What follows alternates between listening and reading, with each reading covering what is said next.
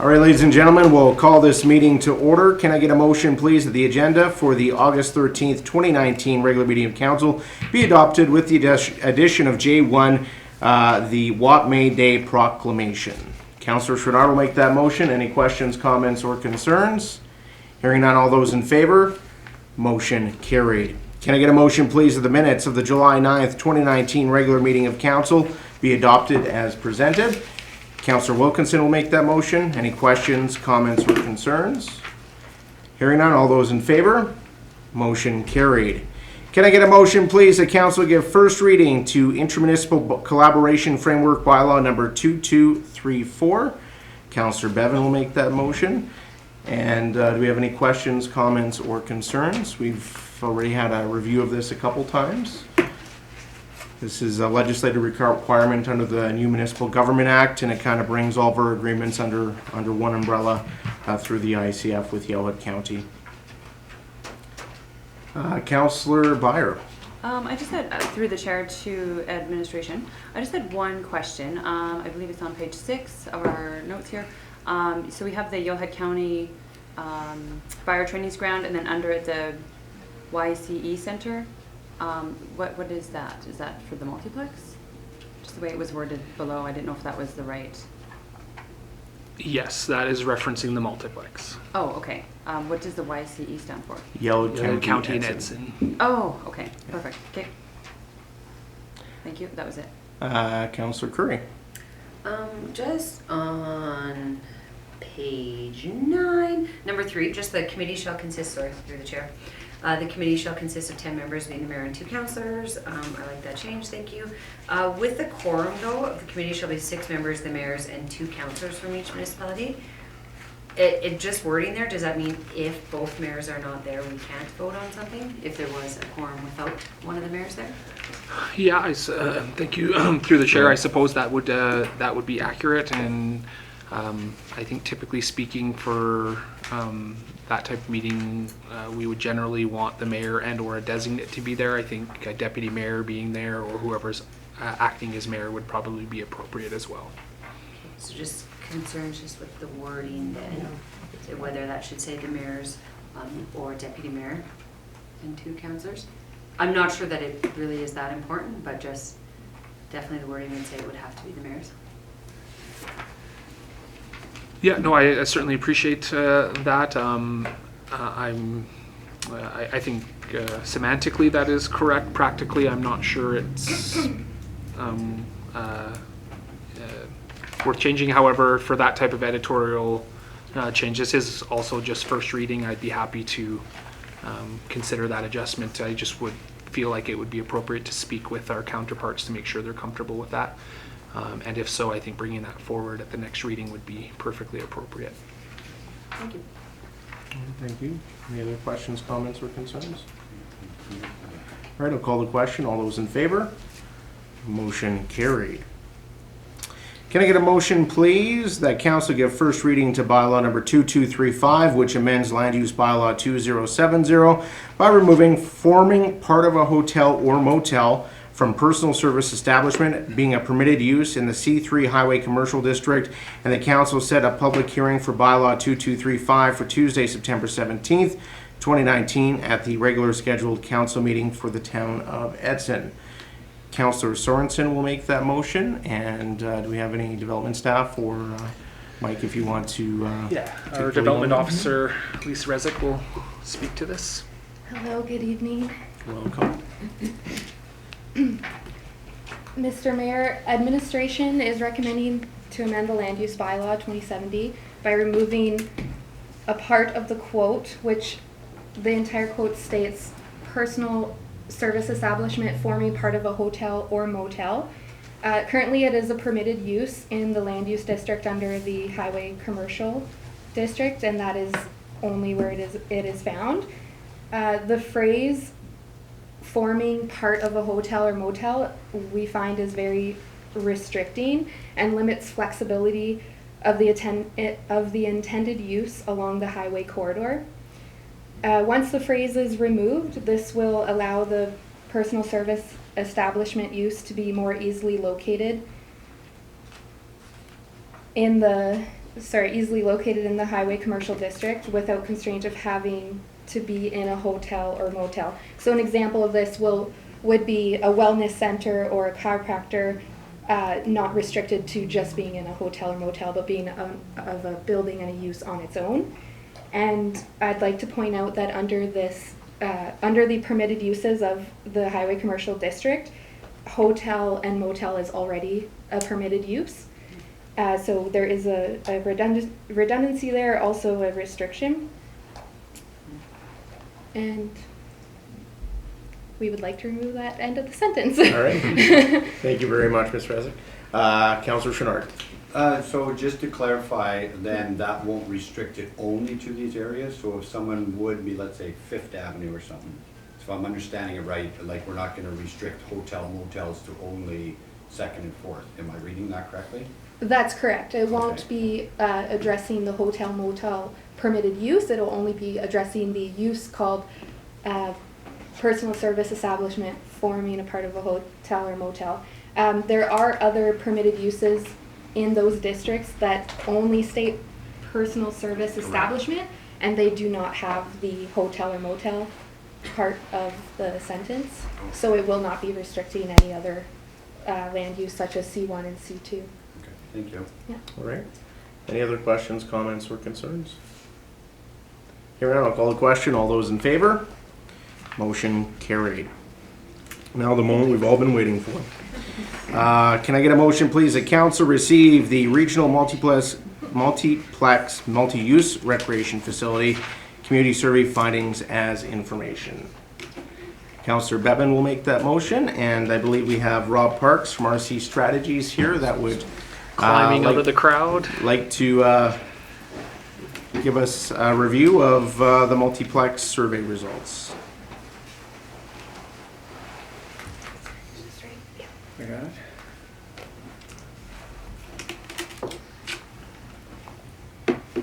Just like that. So thank you very much for providing me a bit of time on your agenda today. Didn't realize there'd be a full house for a council meeting in the middle of summer, so I'm kind of impressed by that. They all come and see the famous squirrel. That's what it is. That's what it is, that famous squirrel. Draw me out, right? Anyway, so thank you very much. As was mentioned, my name is Rob Parks, and I'm with a consulting firm called RC Strategies plus Perks. So we do a lot of work in the community services sector throughout Western Canada. In this instance, we were fortunate to be retained by the town to help field the survey and then analyze the findings. And so I believe you do have a report that does accompany this, but it seems appropriate to actually walk through it here at council with you today. Fairly short questionnaire, so I'll go through it. I've got a graph really for each of the questions, and I have some commentary on looking at some of the sub-segment analysis. And then I think you'll probably want to chat amongst yourself a little bit on what some of these findings do represent. So we were brought on board to work through this survey, and often when we're asked to do some of this work, it's like really at the upfront stages. You know, maybe there's a bit of a glimmer about doing some of the work on this, but in this instance, you've made some moves down the road. You've had some work done by the architects, and there actually has been, I think, a bit of public, for sure, communications, and I think some interaction around this. And you know, when we came on board for this particular project, it was just at the time when you were planning to do a public event where you had the architects out and they were showing floor plans and the rest of it, and it just seemed at that time in our conversations with your administration appropriate to actually field a survey with your residents to really find out you know, what their position was on this whole thing. At this point, seems like a good opportunity to do it now. You've got some content that you've showed them, and so why not ask some questions about it. So up on the screen there, so we feel that this survey subsequent to that open house, so the information that we presented through this questionnaire was material that they had seen already, and so we were just trying to be, and I think sort of in the good graces of the town here, as transparent as possible with the information that we had to ask them questions about it. Who was invited to participate? It was all ratepayers. So got an address list from the town, and it was people who pay residential property tax or people who are paying business taxes in the community, and they were sent out this postcard that you see on the screen in the mail, and there was an access code on there. So the idea was you would get a card if you were a residential taxpayer in the community that encouraged you to participate in the questionnaire, told you how to access the questionnaire, and then where all those X's are, there was a unique access code that allowed people to go in, put that code in there, and then they were had full access to the questionnaire and could respond to it. So we had that level of control in there, just as a bit of a means to sort of limit participation in the survey to one response per code, so one per household or one per business. So just over 3,100 postcards sent out, 716 responses. So we did get some that were a hard copy that we did do some data entry on. So 23% completion rate. So here's my standard response. Sometimes when we present this kind of information, people do some quick math and find out that 716 is way less than half of 3,106. And the response that I would have to this is actually a really good response. So 23% completion rate is really strong. We do these community-wide surveys all over where we do our studies from Winnipeg through onto Vancouver Island and up into the territories. And you know, on occasion we'll have a response rate like this, but we've also had response rates that are closer to 5%. So this is good. At the end, when I walk through the findings, I'll let you know in terms of sort of age segmentation, who responded to it and how that aligns with your own municipal census. But I think this is good, and that would tell me that people are interested in the topic. So would we have preferred that we had 3,106 responses? For sure we would have. But the information that we've got through this, I would say, is giving us a strong feeling of confidence about the findings being representative of your ratepayers, both on a business side and on a residential side. So the last little bullet there, findings are within that plus or minus 3.2%. So if you're not really familiar with sort of statistics in terms of surveying, what that essentially means is, if we fielded the survey 20 times, heaven forbid we would do that, but if we did it, on 19 of those occasions it would be within that margin of error. That's strong. And so often a methodology that does get used or sort of considered in communities is to do a telephone survey, and the idea with that then is, you know, yeah, you can say no, but then we're kind of reaching out to people, and often those surveys will get 400 responses, and then that margin of error is a little closer to 5%. So as we go through the findings, what you can think is all the findings that I present, you know, that margin of error says they could be 3.2% higher or 3.2% lower, but I think strong findings. And that's the questionnaire that we have. Maybe one other point I'll make just on the questionnaire itself, and something that we don't always do, is we built into the questionnaire those graphics that you had utilized when you had that public open house. So we wanted to make it as easy as possible for people to complete the questionnaire, that they had that information in front of them to make those decisions. So from the project budget, there's a rendering of the facility, and then the tax impact, and so on.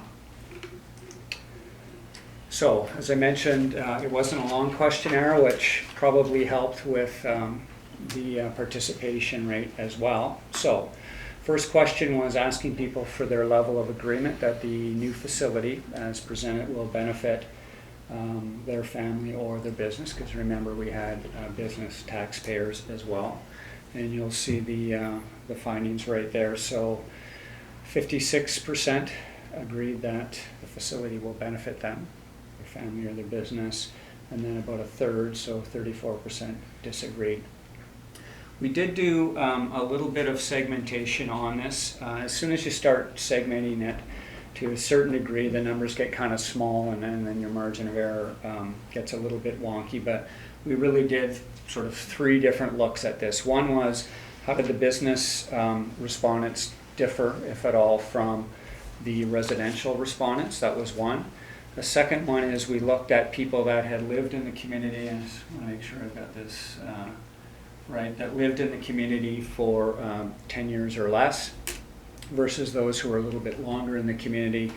And then the other breakdown we looked at were people 29 years of age or younger who responded, and then 30 years of age and older.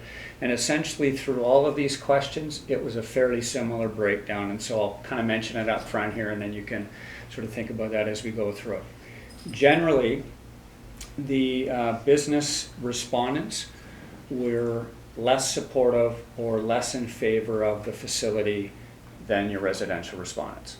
So that was one general thing across all of these findings when we looked at it. Second one, people who are newer to Edson were more likely to be positive about the facility than those who had lived in the community more than 10 years. And then when we looked at it according to age, those who were 29 years of age and younger were more in favor of the facility than those who were older. And as we start looking at even those older age segments, in some ways the older you got, the less in favor people were of that. And there's a couple of notes in that report that I believe that you did get. But so that's kind of thing. Businesses are less in favor of it than residents. People who are newer to the community are more in favor of it than those who've been here a little bit longer. And the younger you are, sort of a generalization, but the younger you are, the more in favor you are of the facility. Okay. So if I look at this, for sure there's, I would say, a significant proportion that disagree that they or their business will benefit. Having said that, a majority have said that they agree that they will benefit. So we asked them about sort of their own personal benefit. This question is asking about sort of the regional community. So we asked people just take off sort of your own personal goggles there and just think about it a little bit more broadly.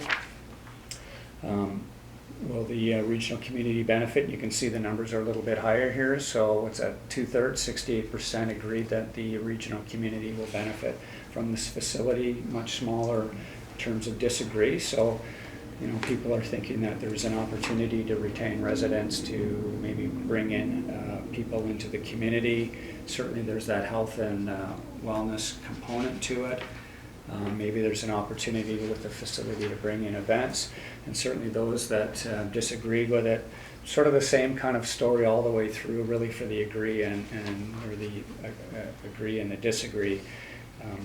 You have facilities in the community already that maybe meet some of these needs, some concern expressed about the location, and then as you'll see later on, a whole lot of angst around the costs and the size of the community here and the ability to be able to pay for the facility. So, majority of people said, yeah, we think we can benefit from it. Slightly larger majority said the region can benefit from it, and about 1/3 of people would support an annual property tax or annual tax increase.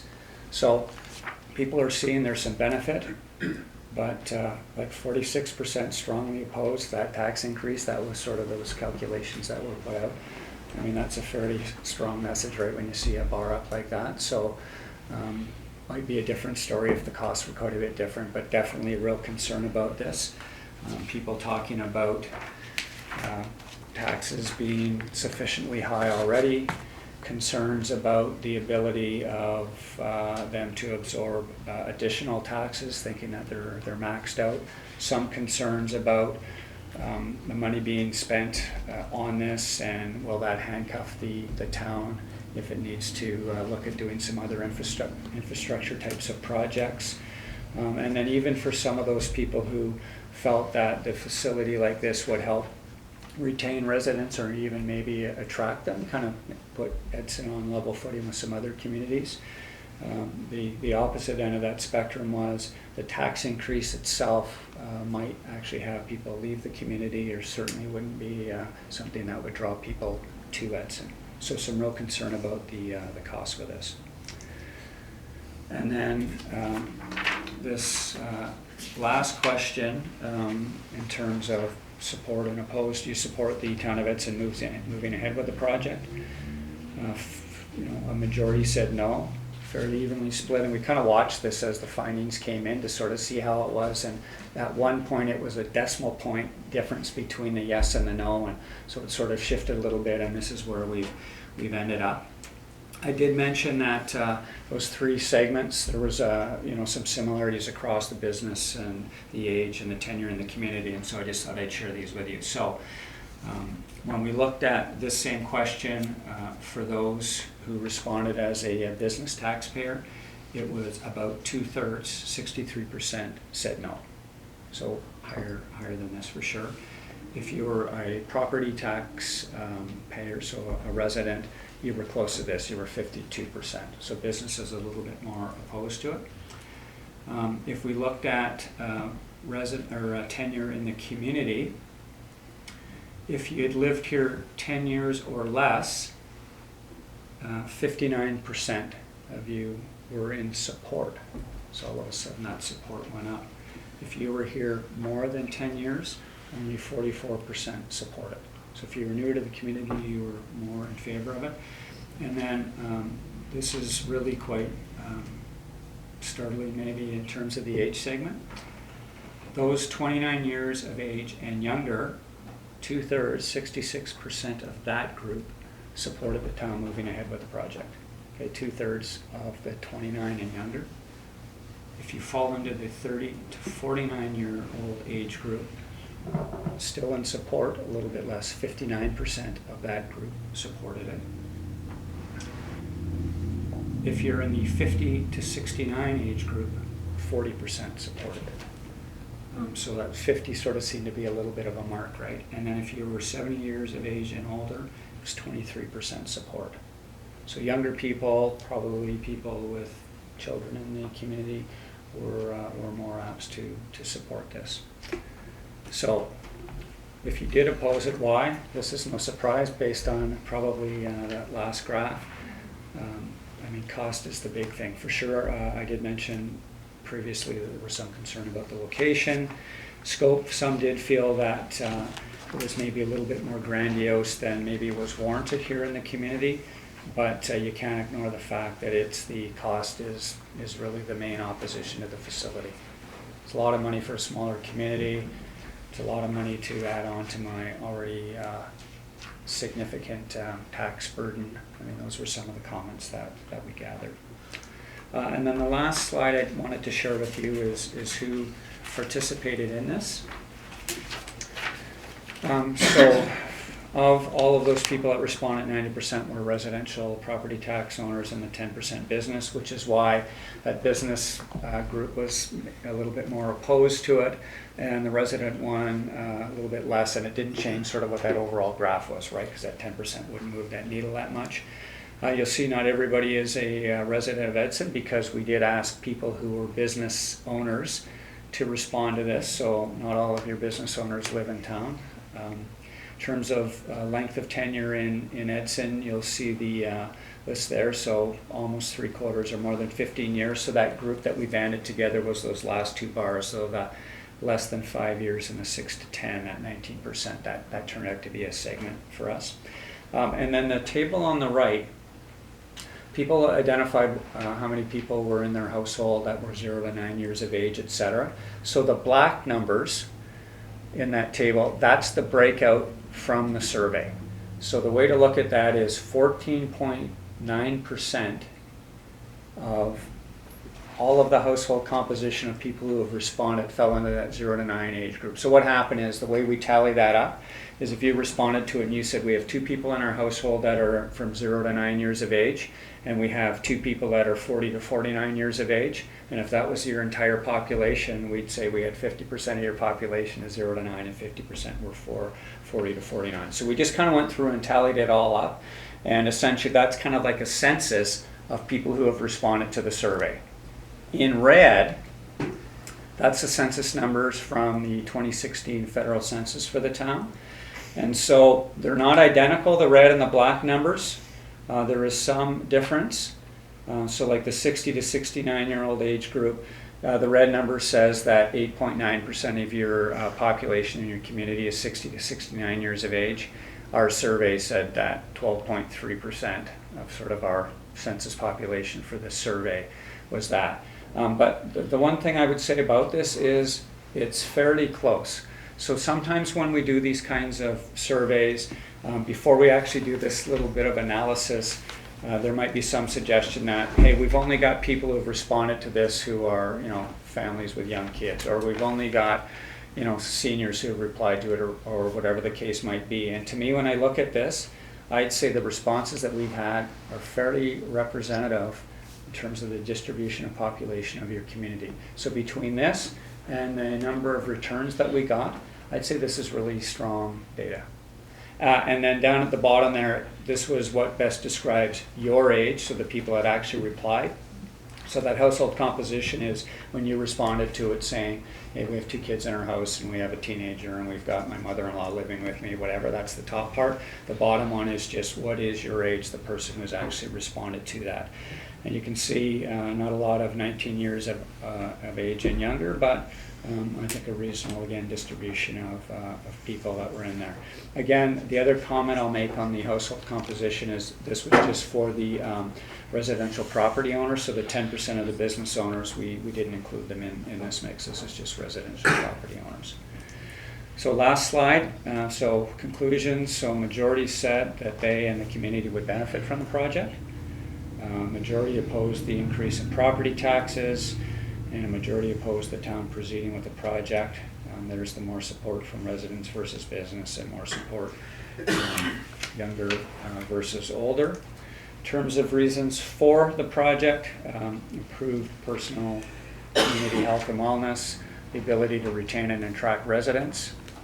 These kinds of facilities are in all kinds of communities, and as you know, your residents don't just stay here in Edson, right? They go everywhere else and they see what's in other communities, and they want what they see elsewhere. And so people talked about even catching up with some of those other communities.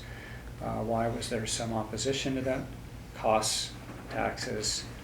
There was some comment about it's not really being needed, that we have an aquatic center, for example, and then tax increase might be sufficient enough for people to leave the community.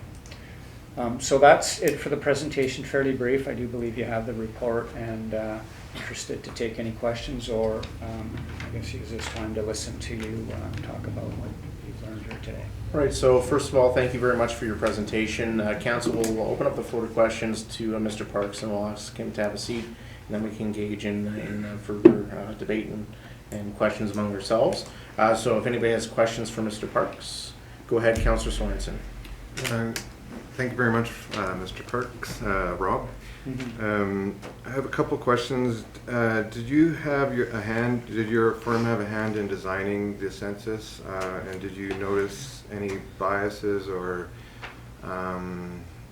any influences or poor design or anything like that? So yeah, we were involved quite extensively in the design of the questionnaire, and so I think it was as like we tried to make it as objective as we could. And I mean, I suppose there's always some concern that can be sort of levied against something like this, that maybe it was leading or not, but we did our best to try and make it as objective as we could, using the information that had been publicly presented for this. So I wouldn't say I have any concerns about it. The information that you get through this is just that. It's information that you as a council and your administrative decision makers have to utilize to make a decision.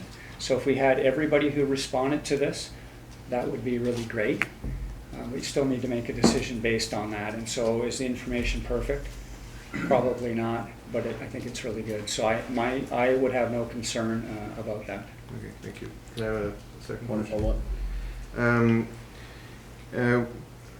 In your experience in other communities, would it be appropriate or reasonable, or have you seen it done where survey results are weighted by household size?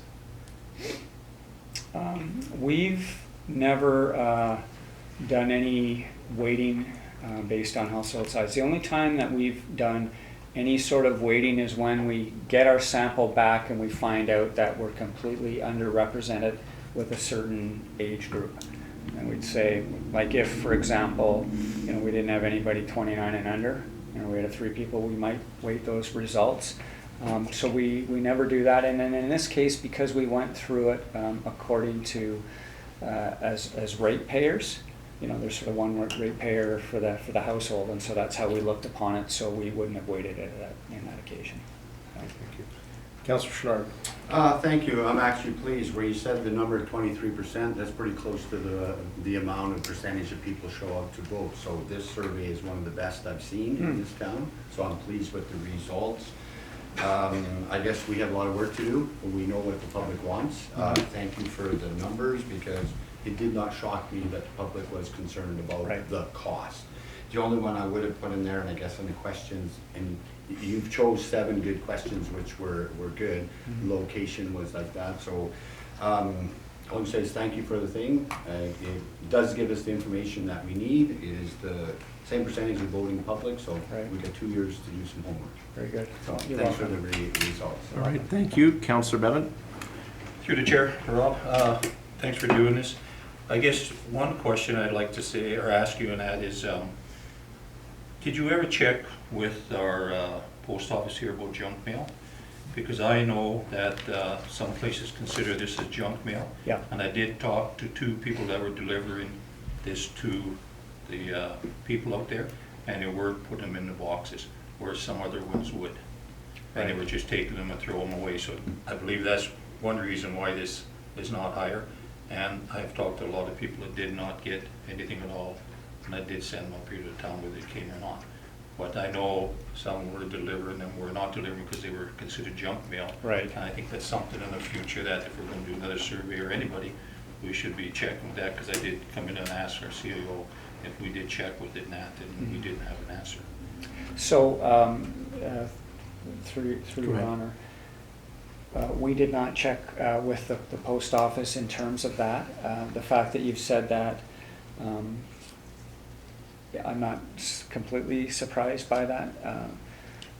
When we decide on a methodology to do the surveying, there's some limitations that go with all of them. And so we do recognize that in an instance like this where we do have a postcard, that for sure there will be people that toss it away, or it gets mixed up, or maybe it does not get delivered.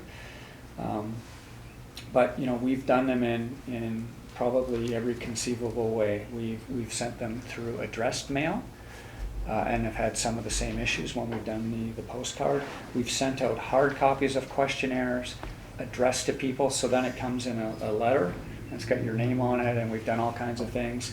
And we still have had response rates less than this, sizably. We've done telephone surveys, and the phone rings and people don't want to do it. So there is no best way to do it. Can we always try and improve and get people to participate in it? We can, for sure, and we do take it seriously that people do discard these kinds of things.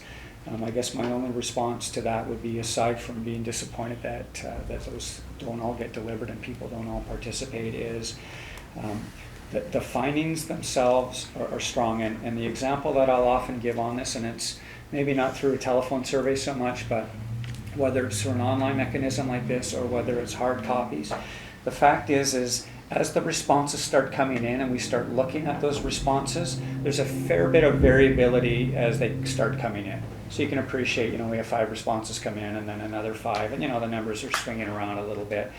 But you get to 70, that they start to dampen out. You get to 100, they kind of dampen right out. Get to 200, there's not a lot there. And that yes or no, should the town proceed? As I said, at one point it was a decimal point aside. But when you get to 200, it never was 60-40. Like it's pretty damp. And so the way I like to think of that is we've got it distributed out through the community, and then people are randomly completing it, and then people who are completing it are doing it sort of on their own time. So what I mean by that is not everybody who's in favor of it all of a sudden did it that first day. They kind of get sprinkled out, and so constantly surprised by that. But between the 200 and, what did I say, we had 716, there's not a lot of variability there. And so what that says to me is we've got a good random representation of the community. And that essentially is kind of the black box of surveying. You want to have a random sampling because if it's random, then we're saying that it is representative of all of the perspectives in your community. That's the other thing about the postcard, and I'm sorry, I'm probably giving you more than you wanted here, but that's the other thing about the postcard. By sending it out, we're inviting people who did get it, who got it delivered, who did see it, to participate in it. And that's a little bit different than if we just say on the town's website and through social media, hey, there's a questionnaire, go and look at it. That we get a different kind of finding, because then, surprisingly, that's enough of a hurdle that unless people are really, really kind of hooked into it, they often won't go to it. But by sending a postcard out, we actually get kind of the range of perspectives in our community. So. Just one follow-up. I guess, on the town's part, the council part, there are still people in our town that do not have computers or anything else, cannot get on survey. Yeah. I got a lot of calls on where I could go to fill out the survey. Right. I also said, go to the library. They got 4 or 5 computers sitting there. They could sit down if they didn't get a card or got a hard copy from here. I got a lot of cards saying I don't have anything I can get on with. So we should have said, something like, along with you, put it on there, go to your library, wherever to fill this out, because believe it or not, there's still a lot of people out there that don't have stuff filled out. Okay. Fair enough. Mr. Durka? Thank you. Yeah, I think I can probably add a little bit to both of those. Is in addition to the postcards, there was active media, traditional media efforts in the paper, radio, as well as social media or website to ensure people were aware of the survey going on, and that if they did not receive a postcard, that they could come to the town office and receive one. So certainly there was a concerted effort to make sure that everyone had the opportunity to fill out the survey. Obviously, we know that that's not going to happen. 23% response on a survey rate is incredibly strong, as Rob has suggested. I think we should be really pleased by that. Additionally, we certainly made an effort to ensure that those who either don't have access to computers, that there was availability here at the town office as well as the library and other places, so that they could comfortably complete that process as well. All right, thank you. Councillor Wilkinson? I just have a question for administration first. Our last survey, what results did we get on that? Survey we did about 2 years ago. Didn't we get about 70% results? I'm sorry, which survey and which community results are you referring Community to? survey. No, I'll do my best. Off the top of my head, I don't remember exactly that we had representation from about 700 households. If you do the math on it, it was just over 2,000 people, but it included the county region, so 2,000 of about 15,000. So I would say the numbers were a little less or similar in terms of the percentage of people that were represented by that survey. But in the results, when she came to report to us, she said she was astounded at how high our feedback had been, and I'm sure it was 70% rated. So at this 23, again, it was just one survey per landowner, whether you own one piece or not, whether you were going to be affected by taxes through 10 homes or one. So again, that changes your survey, I think. And definitely same with the businesses. There must be more than some people who own more than one business. So I think it limited us that way. And now, through to you, Mr. Parks, I would really like a copy of the surveys council asked to be done, and I would like to see a copy of them, because for me, I get more out of the anecdotal notes, and I'm missing that by not seeing it. So if you have them online, 700 and some aren't that difficult to read. The raw data. Yep. Please. Sure. Okay, Yeah, thank you. so I'll provide that to your administration. Thank you. All right, thank you. Councillor Byer, you had your hand up? Through the chair, it was answered through Councillor Cooper's Okay, question. thank you. Do we have any other questions for Mr. Parks, and we can get into further discussion amongst council? All right, thank you, Mr. Great, Parks. thank you. Very much. Thank you. All right, council, so we have some information here. Administration, do you have anything else you'd like to add to what Mr. Parks presented? I would just say that certainly from a statistical point of view, we're very satisfied that it's a representative sample and that is good information that council can use to reflect the general feelings of the community. And I think it's obviously a critical part of this process to do our best to understand the feeling and the concerns of the community, and I look forward to council's discussion of the information. All right, so I'll open the floor for discussions generally around this topic before we call the question. Any questions, comments, or concerns? Councillor Barr. Through the chair to administration. So when we started doing the survey, we were under an understanding that there wouldn't be people in the trailer parks or anybody who had rental properties or who were a tenant of a rental property. So the property owner would get the one survey no matter how many properties they owned, but then the tenants wouldn't be receiving them. Because I was surprised by some of the findings. Do we have an idea of how many people that is in the community that wouldn't have had access to this survey? Through the chair, yeah, I certainly don't have that off the top of my head, but we could try to see if we have access to some of that information. Just as a refocus back on those conversations, because the main thrust of the question was about tax implications. That was the reason we chose to go in that direction, and I think as Mr. Parks described, there's good and bad about doing it in both different ways, and so ultimately we collectively with council's input decided that to focus on the tax implications was the way to go in this particular instance, and so that was the direction that we took. But I can certainly work to get some information in terms of the number of people that weren't included in that. Thank you. Thank you, Councillor Barr. Any other questions? Councillor Chouinard. No, I mean, the only thing I said is, like I said earlier, 23%, we must not get stuck on. There's people out there that could have, but 23% for this side, I mean, we got to be pleased with turnout, because some people just don't, and to pick different segments, I think we got a really good answer from our public, something we can honestly work with, because we got a great response, so we got our homework cut out for us. All right, Councillor Bevan. Chair, I agree with Councillor Byer here in that as a property owner and stuff like that, I've had conversations with the people we rent to and that, and they didn't get a chance to fill this out. And they said that if your taxes are gonna go up $600, $700, $800 a year, are you gonna raise the rent to me on this and that? And if you do, I can't really afford much more to go on sitting here as it is because you give me good rent. Then on the other hand, they said also the mill rate's gonna go up again, and that's another tax increase you're gonna have and stuff like that. And the comments I'm getting from different people that are renting is saying, well, we just may have to move someplace else to the county or whatever. So they did not get a say, even though they are in our town working or whatever. They are renters or payers too, and that because we do charge rent. And I don't like having to go back to my renters and saying, geez, my taxes went up $1,000 more a year because of this property.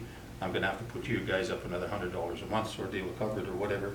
And then the mill rate goes up, and then everything else, and it just to me it just doesn't work. I just not in favor for this raising these 87%. The cost of it is crazy. Right, Councillor Bevan. Any other further questions, comments, or concerns? Councillor Wilkinson and then Councillor Sorensen. Okay, just comments, like through the survey there was interesting things, and definitely younger people are in favor. I can see that. They have young children. It's a transient town. They come, they go. The people who've been 10 years and more, I think they realize where the taxes are, and this is going to be 35 years taxes and operational things. So that's just the minimum you're talking for the 35 years, never mind expected tax increase, because I think we will have to have tax increases just to keep up with infrastructure and other commitments that we have. So I think these are just things we all have to take into account before we make any action. Right, Councillor Sorensen. Well, I just want to take this opportunity to commend this council and administration for opening this dialogue with the community and giving every landowner a voice in the decision process. It's clear evidence that this government is committed to transparency and accountability. The majority of landowners believe their family, their business, and their community will benefit from the facility, and this supports all the previous studies conducted by the town. We learned a lot about the concerns of our residents with the project. We learned that the overall cost of the project was their top concern, and increases to taxes ranked almost dead last in their ranks of concern. The concerns in the survey are the same concerns that this council has, frankly, in its discussions. I would argue strongly against any comment that said now is not the time to build. If we wait a few years for the economy to improve, costs will skyrocket, and we won't even have the construction workers to work on the project. I believe we should proceed with a detailed plan that was specifically designed to look for cost-cutting and phased approaches. Every feature of the facility needs to be weighed against its cost and potential user base. Likewise, a phased approach will allow us to save additional funds to minimize our debt requirements and impact on tax rates. Thank you. All right, any other comments? Councillor Curry. Just a few things to add to there. I think, like everything, when we're talking to people in the community, through chair, I've had the exact opposite of you, Councillor Bevan. I've had people who wanted a say in what they were saying because they didn't think they're landowners, because they're renters, and they want the facility, and they didn't believe that their landlords were gonna do the survey that way. So I think it's always a clear reminder, as we can see, and as this showed us, there's a very big divide depending on who you're talking to, and that age bracket. And I think, Councillor Wilkinson, I think a part of the reason why that young population isn't staying past 10 years is because they're moving for services. And that is what I hear on a regular basis, is we're moving for more opportunities for our kids. And so I think that is something to be aware of. Why haven't we had a population growth in how many years? And what's preventing that? And why are new businesses not choosing to come here? And so I just think these are all things that we need to think about. I also think, though, that it's been very clearly stated that the cost is an issue, and so I think we need to put our heads together, and we need to be creative, and we need to find a way to decrease that cost in any way that we can. So I think that we can't ignore that cost factor, but I think that's the job of the community and ourselves and admin to find a way to make it work and to cut costs where we need to, because I agree with Councillor Sorensen. If we had built this 10 years ago, it would have been 40 million. And if we build it in 10 years, it's going to be over 100 million. So at some point, and our facilities are slowly falling apart, and they're not going to exist in 20 years. All right, I'll make some comments and then we'll wrap up our conversation here. So it was very clear last election what people wanted. I knocked on doors, people knocked on doors, I talked to this council right after the election. Everybody said multiplex is the #1 priority. Because this community's talked about this since 2006 in the Conrad report. This survey, I think, gives us very valuable data in terms of where we need to focus our energies on, and in particular, reducing the burden on our municipal taxpayers. We don't do this now, we're going to hold our community back for another 20 to 30 years. The reason this is costing so much is because we haven't been able to make the decision or had the capacity to make that decision earlier on because of the financial constraints of the town. We're now in a position in which we can move forward on this, but we also need to keep in mind that our taxpayers, they're hurting right now. And so we need to, as a council and as a steering committee, is something that we've talked about, is engaging a third party in terms of organizing a sponsorship plan. We need to look at ways through the detailed design phase on how we can find cost savings, especially on the operational side.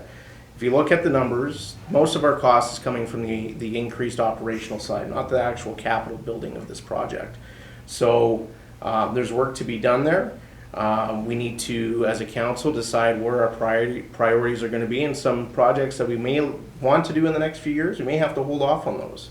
those nice little projects that we like to get complete. So we have the more financial capacity to lower that tax increase. One of the things that I said right off the beginning is if we're going to build this thing, we're building it right or we're not building it at all. We always end up in a situation where we cut corners and then we end up with a facility or a project that isn't quite what we need for a community.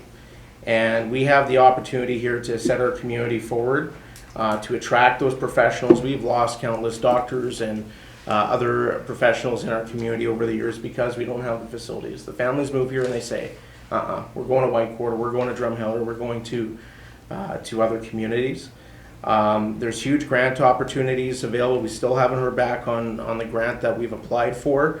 With the change in government, I understand the UCP government has actually put forward a list of approved projects. I don't know if we're a part of that or not, to the federal government for that granting program. The previous government did not send any projects forward. And we may have opportunities for economic development initiatives in which we could apply for grants in the future. I think having the engagement from the public has been awesome. I'm glad they're finally talking about this and are providing the information. I know for my household, $300, $450 a year, that's a big chunk of money that's going to be coming off of my tax bill as well. And for a facility like this, that as you can tell, I'm not a hockey player or a synchronized swimmer, I have a hard time supporting this because, as a lot of people in this room know, I'm a theater guy. I like the arts, and I would much prefer doing that project, but this is what our community needs right now. And I think we need to look at those cost-saving opportunities. When we brought Stantec in, they advised heavily against a phased approach because of the mobilization and demobilization costs of the crews. Now, if we're talking about holding something off for 10, 15 years, then yeah, maybe we can look at that. But if we're only talking about a year or two down the road adding on to this facility, I don't think it makes any sense to do that. So as time goes on, the cost is going to go up. We've seen that over and over with projects. 4th Avenue water main replacement, perfect example of that. Price doubled in just a few years while we tried to get grants. I think we have a really good agreement with our Yellowhead County partners. We've been working really hard on this project, and I think this data will help inform decisions moving forward. But I think we need to continue forward on this project. Anyway, I'll get off my soapbox now. CEO Derkach, you have anything else you'd like to add? I don't. Just that I think next steps are to now bring this back with the steering committee and discuss where we go from there. Again, just look forward to continued progress on the project. All right, thank you. Any other further comments or questions, concerns? Councillor Bevan? Comment. I knocked on the same doors, and probably a lot of you guys did too, and I heard the same thing. We'd like to have a multiplex. But even to this day, people are asking me, we did not ask for 100% brand new. And they said, show me in the surveys that came out from before where we asked for 100% brand new. And you can't find it in there 100% brand new. It was either build in a sort of stage or add on to it way up there and do a proper study up there to see if we can add on. And I was around with the Conrad report. I did sit on some of the council stuff here, which I wasn't a councillor. And even them, when it came back to $50 million for them at the time to build, it was too high price for the council of the day at the time. But there's nothing in any survey that I could find that said build 100% brand new. So I think, we got to look at that or whatever, and we have to look at some other things, which, I got a book here that people got a hold of me when I went to Walmart or whatever. I've got 2 or 3 pages of stuff they've been asking and that. So I think we have to discuss all of that too. Right, any other comments, concerns? Just to address that, the 2017 Community Needs Assessment Survey that was done was very clear that they preferred us going with a new build.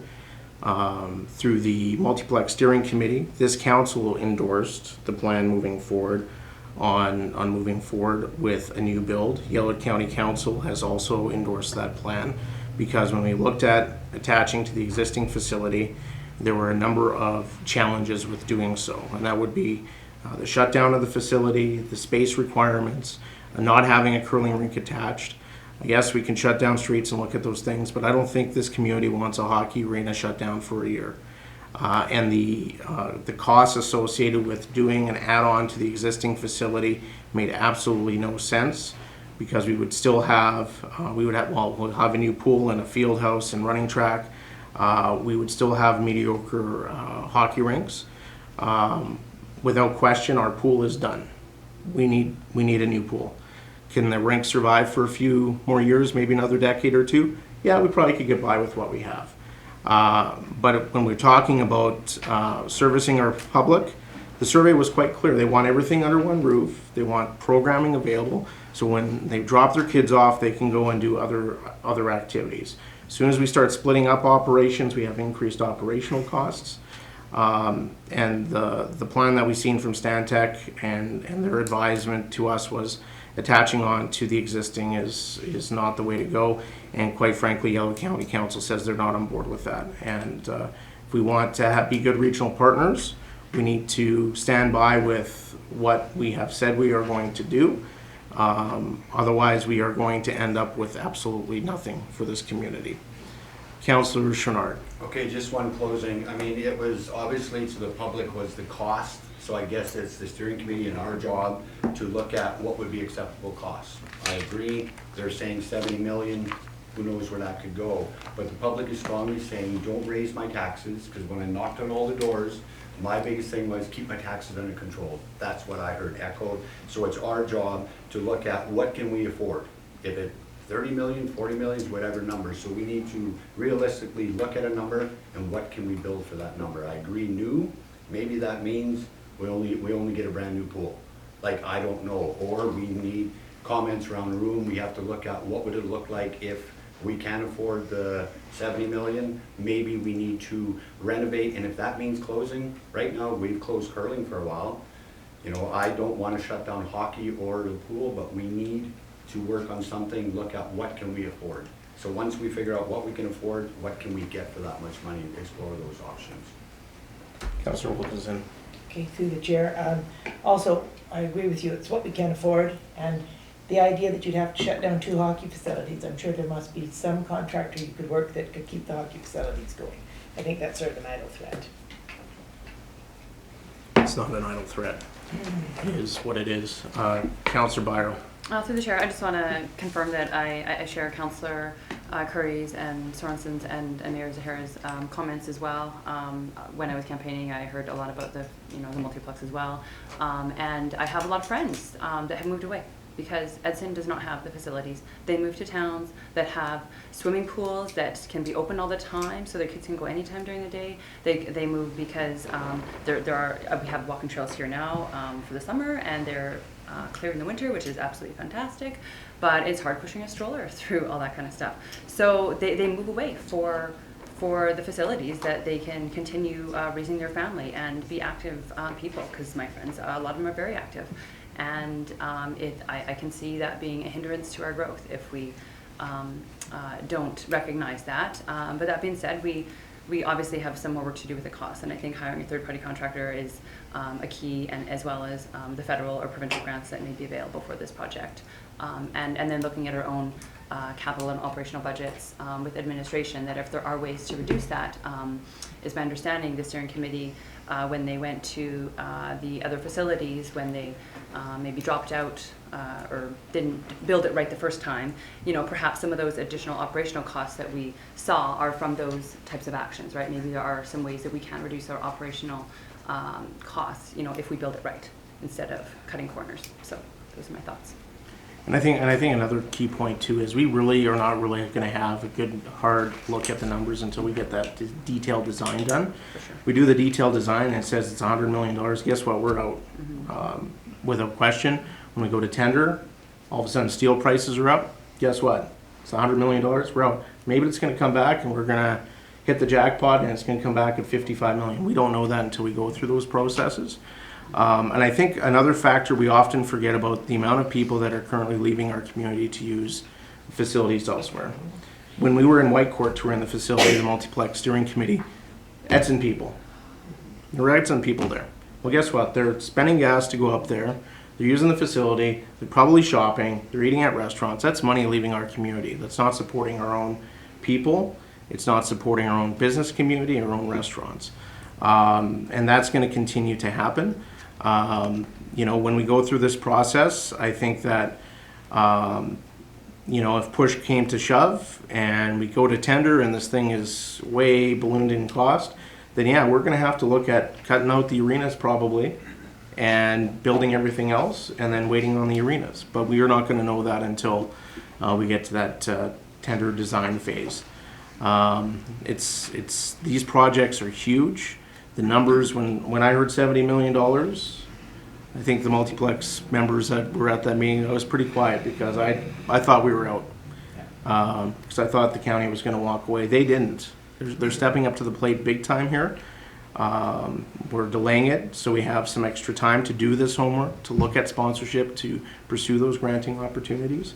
But I think that we really need to show some leadership here, look at ways to reduce those costs on our taxpayers, but still move forward with this project. I think it's vitally important.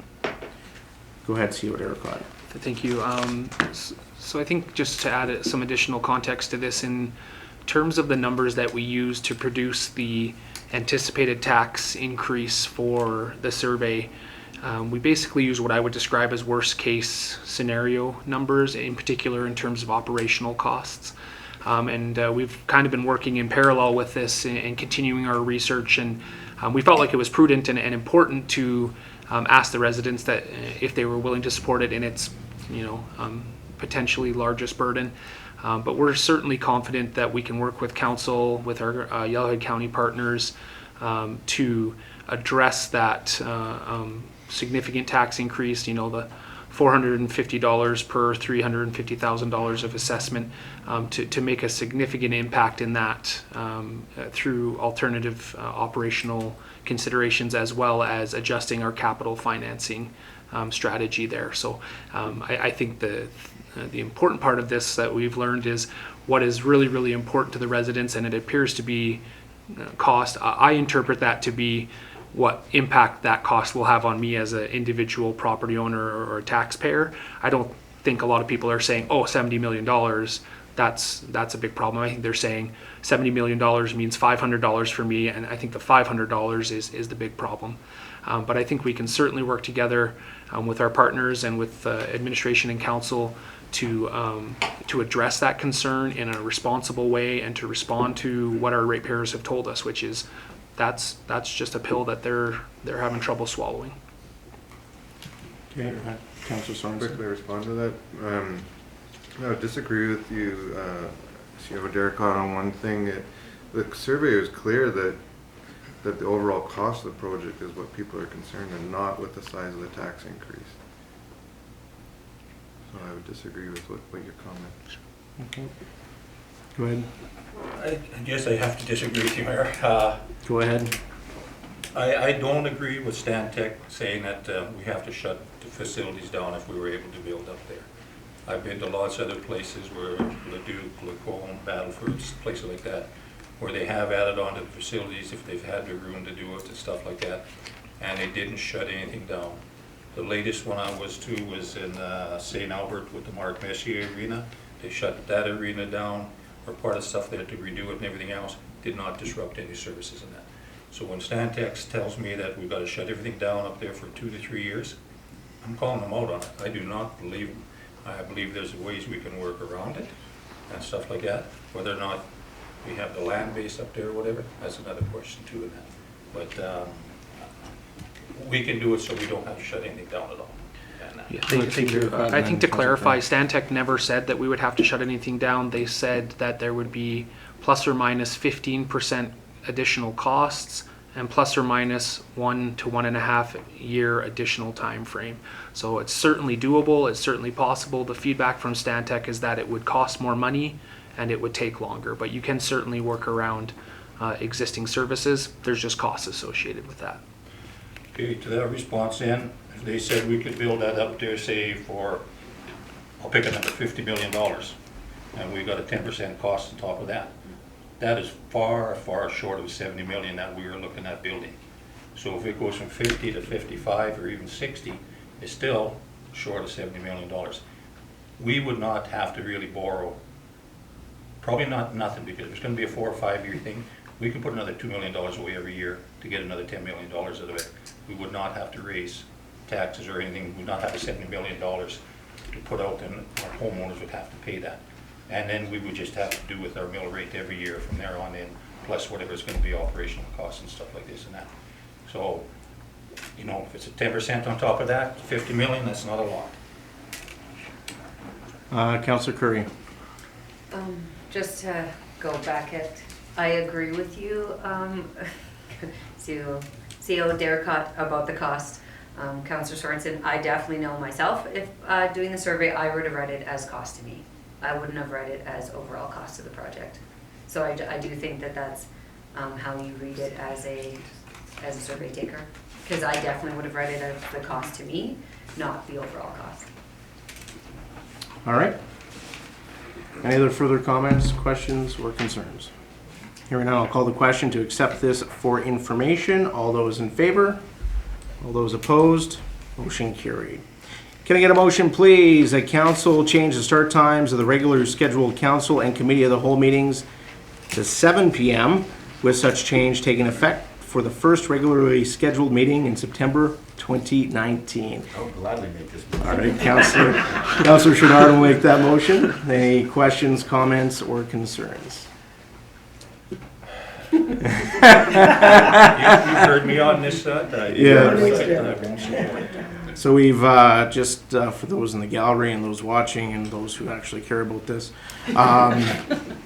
we changed meetings to 5 o'clock to see if that would work better with people's daily routines and work schedules. It has apparently not been that way for the majority of council, while still trying to ensure that the public has access to come to meetings like you guys are here today. So we're kind of going closer to what the council meeting times were previously. I think they were 7:30 previously, so we're going to start at 7. We're also going to have committee meetings in the evening now. It's not the best for staff, but it is what it is. It'll allow council to do their full-time jobs and then still get here at the end of the day, or if they have families or that sort of thing. So, Councillor Chouinard, is there anything you want to add to that? Just a comment, I'm pleased they're at 7. I would have liked to have had, you know, the committee of the whole, but overall, I'm pleased 7 o'clock, I believe, works better for most people that have lives, you know, jobs, families, etc. So I'm just happy that it's 7 o'clock now. All right. Call the question. All those in favor? All those opposed? Motion carried. You didn't want a recorded vote on that? I should have asked for a recorded vote. You won one this time. I won one, yes. Can I get a motion, please, that council adopt the revised strategic priorities as presented? Sorry. Did I miss one? Yeah, Oh, you missed sorry. one, the AOMA committee. Okay, can I get a motion, please, that council support Mayor Zahara in putting his name forward to sit on AUMA's Safe and Healthy Communities Committee and allow him to claim the meeting rates related to attendance at exceptional meetings as outlined in Council Policy LC-1. Councillor Byer will make that motion. Any questions, comments, or concerns? Go ahead, Councillor Okay, Wilkinson. sorry, I do. Like, when I was on the FCSS provincial board, they paid my mileage, my hotel, and I didn't get paid for my time at the meeting, but they wanted me on there, they paid the expenses to go there. And I think AUMA should be doing the same if they want people. Okay, so just further clarification to this. So I actually just had a chat with our AUMA representative for Western Alberta, Small Towns West. So the AUMA will actually be paying for per diems and that sort of thing if I am on this committee. So there should be very little in terms of cost to the town of Edson. Oh, okay, so this per diem that's highlighted here will Yes. not be putting into effect. Yeah, so I'm not sure if there would be, if it's just for mileage and for hotel accommodations, or if that includes my time as well. So we'd have to flesh that out. But I think there is, AUMA will be covering a portion of that cost regardless. Yeah. The other thing I'd like to mention too is there's a lot of people that have put their names forward to sit on this committee, so chances of me of actually sitting on it, who knows? We'll find out at the conference. So, Councillor Chenard. Okay, so that was a clarification I wanted, because when we move to salaries, it's for extra stuff. So if we're understanding that the cost to the town will be, I'm fully supportive, travel, meals, those expenses, but the actual per diem will be paid by AUMA then? They're paying for something. I don't know which one, if they're paying for the mileage or they're paying for the time. Right, because that would Yeah. be, my only concern is, you know, and then we can discuss it, you know, so if it's only cost, totally in favor. Like, I mean, pay your travel and meals, I mean, I believe we would benefit by having you on this, it's not a bad thing, but I'm just concerned about the cost, so. And there's 4 meetings a year. It's only 4 meetings a year, so.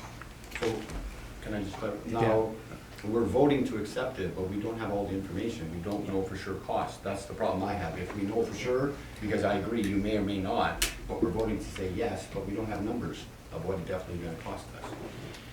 Go ahead. Through the chair, yeah, so I think that this motion would allow the mayor to participate regardless of that. And our policy currently is that if another party pays the fee, he doesn't also claim it through the town. So whichever portion of that wasn't paid by AUMA, he could then, if this motion was successful, claim that through our current policy. So. Councillor Sorensen? Well, I'm in full support of our mayor being on this committee, and I think it'll be great exposure for Edson's concerns and at the provincial level. And this is already part of our policy to pay these meeting rates and travel allowances, so I don't think we need any further information. I think this is just within our policy, and we should support our mayor. All right, any other comments? Councillor Chenard and then Councillor Curry. Yeah, I like to support, but I hate to vote in favor of something that I'm voting for the unknown. This is the problem I have. I agree with it, but then we're saying yes. But I mean, I agree it's 4 meetings a year, but I'm still stumped on, I don't know what I'm voting for. Like, I'm agreeing it's a meeting, but I don't have a cost in front of me. 4 meetings is not a big deal, but I should have numbers. Yeah, so what I'm saying is that it's going to be less than what was originally going to be requested for us. So, yeah, you're looking at probably $1,000 for the year. Councillor Curry. I'm in full support of this. When you look at what the issues are that this committee looks at, I think these are all really important issues that we have talked about. They're all a part of our strategic planning, and they are current issues that we have in our community. So I think it would be fantastic to have representation, just to ensure that our voice is there and that we have people advocating for us. And I also do support the remuneration. As the mayor, you definitely attend a heck of a lot more out-of-town events than the rest of us have to on a regular basis, always at the cost to yourself in the sense of holiday and time. So I do for 4 meetings a year. I think the benefits will be in our favor. All right, Councillor Bevan. I do support you sitting on this, but I don't support paying any more than what our honorarium is. Whether we go, myself, like I go to Grand Cache and that, I'm on all day there, I get paid my mileage, I get paid for my meals, I get paid for everything that. Whether we go to AUMA, we get the same thing in that, and we get a per diem of either $15 a day or $30 a day for that. So to me, if AUMA wants this, you know, they should pay that per diem for us. I have no problem paying the mileage and stuff like that. We go to any place else, we got our hotel rooms are covered and stuff like this and that. I don't think we should be paying any extra for a special meeting or anything like this and that. So I would like them to see them cough up the dollars for that. All right, Councillor Byer. Through the chair, if this, to the rest of the council, if this costs us $1,000 a year, I think the needs in our community completely cover what that $1,000 would be. If there's any type of benefit, and I would make a huge assumption saying that there would be a huge benefit to our community if we could get Mayor Zahara on this committee. And even further to that, I think that we should do everything we can to try to get him on that committee, because we have every single thing that is listed on there are huge issues in our community right now and have been for a while. All right, I'll call the question. All those in favor? All those opposed? Motion carried. Can I get a motion, please, that council adopt the revised strategic priorities as presented? Councillor Wilkinson will make that motion. Any questions, comments, or concerns? Councillor Byer. On page 7, I must be having a problem with acronyms. Is there any way that we can, so page number 7 on the paper copy, the Vibrant and Healthy Communities, it talks about collaborating with other organizations and then other non-government organizations. Can we just have the word non-government organizations in there instead of NGO, just so it's not confusing to anybody that's trying to read it? Or take out the acronym.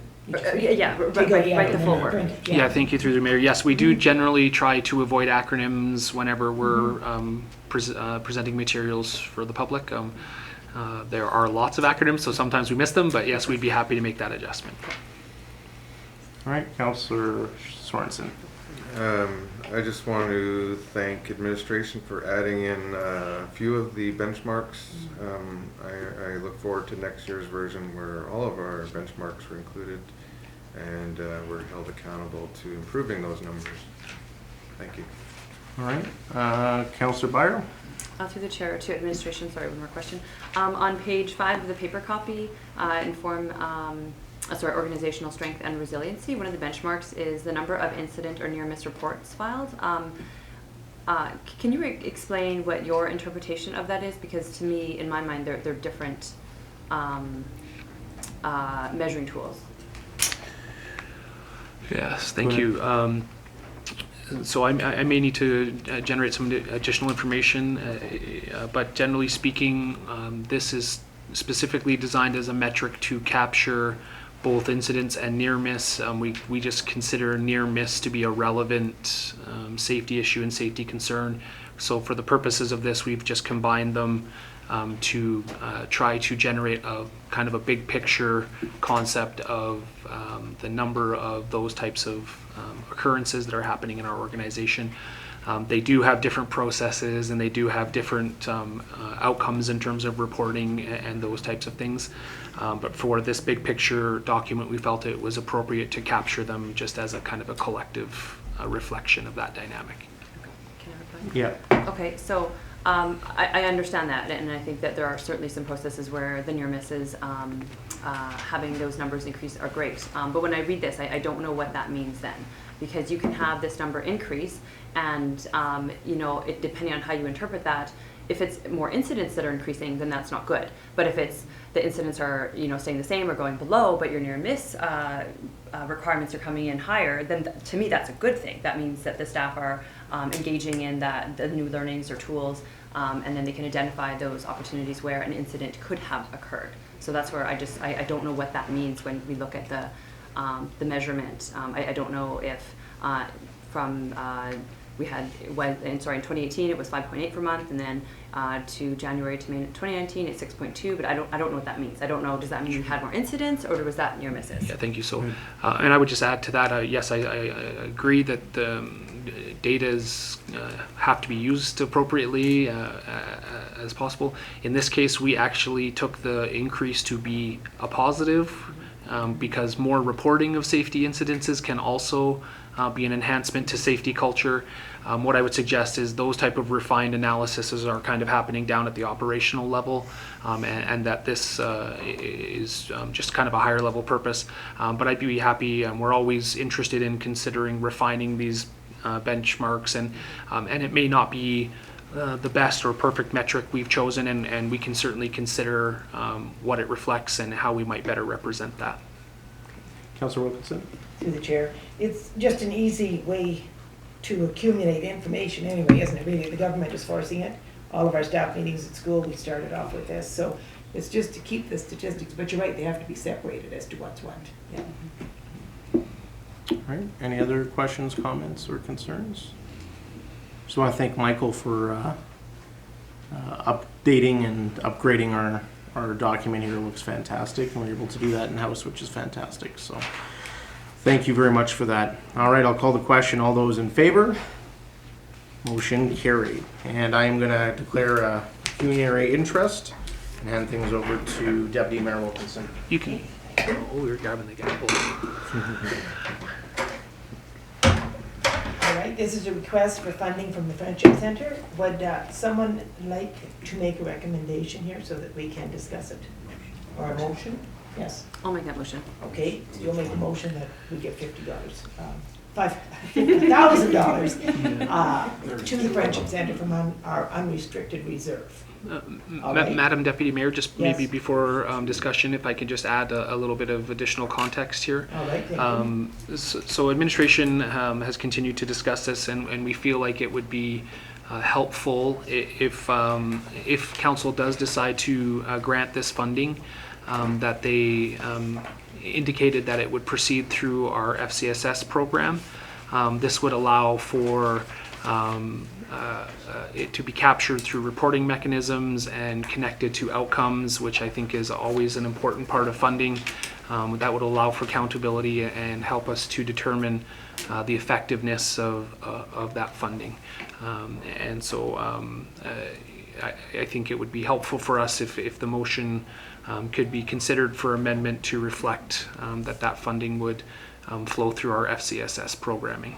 Our motion is from, or recommendation is from unrestricted reserve. Yeah, thank you. We're not suggesting that we change the funding source, just that it would go through our FCSS program, triggering those reporting mechanisms. Councillor Byer, would you like to make those I amendments would to like your to make that motion? friendly amendment. Thank you very much. All right, discussion? So just to be clear, which option, option one, option two, defer the 50,000 is a request, or is the motion that we're taking is to? We can decide grant on it? what we want. Yes. We give it- Okay. So the current motion is to grant the funding. Yes. Mhm.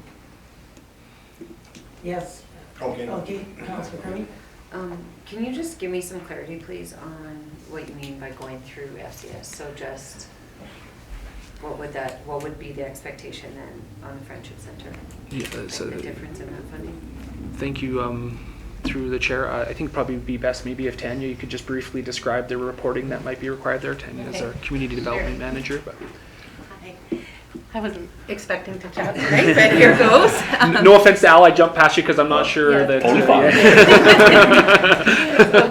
So through the FCSS channels and provincial programming, we've put a lot of focus in the last couple of years on collecting data and outcomes. With any type of social programming, it's really hard to measure because it's not about the numbers, we know it's about the stories.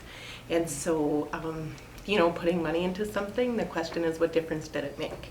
And so you can say we helped 3 individuals, and that might seem statistically kind of lousy, but when you actually hear the stories and know the impact that it made in their life or in the community, that's to me where the value comes from, and you understand this is a really valuable way to spend this money. So, running it through the FCSS program and being part of that process, myself and our coordinator, Ali, would work with the Friendship Center and saying, okay, what are the outcomes that we're wanting to achieve? And, what is that going to look like and how are we going to collect it? So there would be some support and collaboration, and we would be happy to be part of that process if you decide to fund it. Okay, thank you. Thanks, Tanya. Question? I have a question unless you're gonna have another one. You have your hand up. Okay. Okay. Well, my thing is because we're cutting costs, I'm not against what the program represents. I believe it's the provinces. I would agree that if we discuss it in our 2020, but if it's an outright request for 50,000, I'm against that because it should be the province. But if I'm willing to say we will take it for information, because this isn't brand new. We've talked about this for many years, and I strongly believe this is the province. And what we heard echoed in a room, I believe we need to give the new government a chance to see if they can fund this, because the taxpayers of Edson, what's been echoed before, if we build too good of a facility, we created our own problem. So right now, they used to put people on buses sent them to Edmonton. So if we make this facility funded by the town of Edson, we're encouraging the homeless people to come here. But we should not just jump on this and fund 50,000 town of Edson. We should discuss it in our upcoming 2020 budget, and we need to get to the province, and I'm all for it. Let's lobby the government. Guys, this is a problem throughout the entire province. What are you doing, the Alberta government, to help fund this problem? It should not be on just the taxpayers of Edson. Councillor Byer? Through the chair to council. When the Friendship Center came and did a presentation, it was quite clear that we weren't attracting people to our community, that the current homeless population were long-term residents of our community. It would be my best guess to say that the transients have already moved on in relative terms.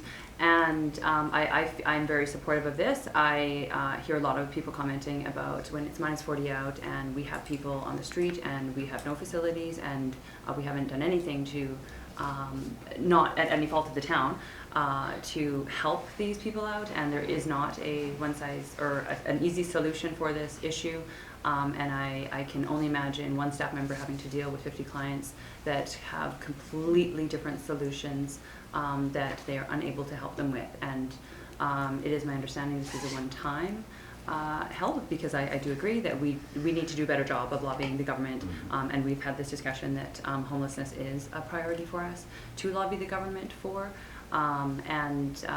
We know there are some changes within our current RCMP detachment, and by not getting the homeless some additional help to access the services that we already have available, it can be interpreted that perhaps our crime rates will go up if we don't try to tackle this solution or this problem and find a solution to help them out in any way. Councillor Swenson. I did sympathize with the Friendship Center presentation when they're here. I understand that there's a concern and there's a need for this additional manpower. My concern is funding something that would go that would run year after year after year, and it would tie us into long-term commitment. My other concern is funding a whole year's, by my understanding, this is a year's salary, roughly. And so that next year, if provincial funding doesn't come through, they're going to be coming back to us in the middle of the year for funding. My preference would be to fund this position up until January 1st, and then it would work right into our annual budgeting process, and we can make a decision on 2020 at that time. Like I said, my fear is that they won't get provincial funding and that we'll be receiving this exact same request in the middle of next year, and we won't have a budget. Councillor Bevan? Yeah, it's come to council in previous years with this too and that, and nothing was ever decided. I do believe it is provincial. And I'm reading this here, and there's only one currently handling 50 clients. I guess Christy isn't here to ask the question to, but can she not help out with some of this when their staff is overloaded like this? I mean, does she not able to take clients and sit down and talk to them? So would there not be 2 people in there and we don't have to fund another person? And for $50,000, what are you going to get that has any kind of education or background to handle this year homeless people and that, and what they need and where they're going to go and resources and that? I would rather defer this to our 2020 budget and we talk about it, because I'm the same with Councillor Sorensen that, you know, it goes 50,000 once, it's coming back again. We've seen this before, it comes back again and that. And I think the government has to step up, and we can write a letter or whatever and stuff like that. But I think if there's got one person down there and Christy's there, I think she can step up and also take the clientele too and work with them and that and help them. You got your 2 people there. And there is other agencies in town here that could also help out too, whether you go to Service Canada or whatever, stuff like this. And realistically, some of these people do not want the help, and you can talk to them and they don't want the help. There are some out there, but there's an awful lot of them out there that just don't want to help. They're happy where they are. Well, maybe not happy, but that's where they are, and they're comfortable, whatever you want to say. So I would say I would like to put it off the 220 budget. Councillor Curry? I do support this, and I think just some clarity on the presentation that was given to us. Those are 50 specific clients that have registered and want help. I don't think we're ever in the position to tell people how they should be running what they should be doing and what they have time to do. I think that's really unfair to say that. As for this, they haven't approached us. This was a grant that they got. The homeless project started about 3 years ago, I think, 2 years ago, and has all been grant funded, and the community has not provided, and they have not. This is the first time that they have approached us with funding for it, because they are desperate and afraid that it is going to fall apart, because the grants are not being looked at right now. And so I do think I support this as a one-time funding request, as the motion says and as they've asked for, and that's all they've asked for, knowing that we are in a place where we should be hearing back on grants, but we're not hearing back on budgets, period, with anything, and knowing that we need to do our job to advocate, but this is a serious issue in our community that results in a lot of other serious issues that continue, and a lot of the issues that we are in a strategic plan. Any other discussion? Yes? So just to clarify, I will be voting against this, and if this motion fails, I will make an alternate motion to fund the position until January 1st, which I believe then the provincial budget will be out and we should have a decision on any provincial funding. Any other discussion? Okay, I'd like to discuss it. I'll be voting against the motion, not that I don't feel that we need to help the homeless. And the Homeless Plus has been running for approximately 7 years, I think, long before I ever ran for council. I went to meetings about it. I give them kudos, the big garage sale and everything. But if we support the Friendship Center in the midst of a year without a budget consideration for it, then what about the other places? Like fraternal group I'm in gives to Reflections. They do a great deal of work with homeless as well. I believe they got a grant recently, and if we do support one, I feel we have to support them all. There's different churches too. So to me, it isn't an item in our budget at this current time, so I can't support it. All right, are you ready for the question? All in favor? Opposed? Okay, the motion is defeated. Madam Chair, I would like to make a motion, if I may. The council approve a one-time funding request of the Edson Friendship Center in the amount, the undisclosed or unknown amount, to be funded until January 1st, 2020 from unrestricted reserve. Is it possible for you to put a number on it, at least a maximum number, please? Just so it's money motion. Thank you, through Chair. Certainly, Councillor Sorensen, I would recommend that you try to put a number on it. I think that would be easiest. I think it's difficult to know what that is. I don't think we can be supporting something without a financial implication. Okay, I'll revise that to $25,000 to be funded from unrestricted reserve. All right, you've all heard that motion? All right, ready for discussion? Yes, Councilor. Is there any way to defer this, come back, give us more work? I mean, I understand they're in desperate, but I mean, to be fair to FCS and everyone involved, to get a number, we can bring it back in our September council meeting. I mean, that will buy us 2-3 weeks, and at least we'll have exact numbers and exact information. Is what I would prefer, because I would vote against this as well, because I don't have a number. But in September, with a proper presentation, then I would look at it differently, of course. Yeah. If I may, Yes. through the chair, certainly that's absolutely possible. My impression is that this is a kind of a current acute issue, and that's just another month of risk to the vulnerable population. I'm just trying to reflect, I think, what the Friendship Center expressed to us, not my personal view, that they are here asking for this money at this point in time because the need is fairly immediate. So that's just for council's consideration. Any other discussion? Okay, to me, again, I won't be supporting it because it isn't in our budget at this time. So if I may, just before you make that motion, Councillor Sorensen, are you comfortable if that motion would reflect the funding still participating through the FCSS program? Absolutely. Thank you. So the motion is changed now. No, it's just the motion I made is $25,000 to be flown through the FCSS to be funded from unrestricted reserves. Does that make sense? That's the motion. That's the motion. All right, okay. Those in favor? Opposed? Tied motion is defeated. Right, motion. If you just just want to thank you.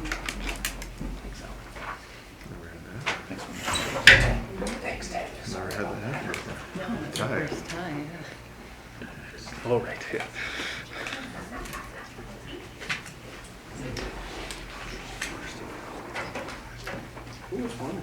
Yeah, compared to, there it is. Thank you, Deputy Mayor.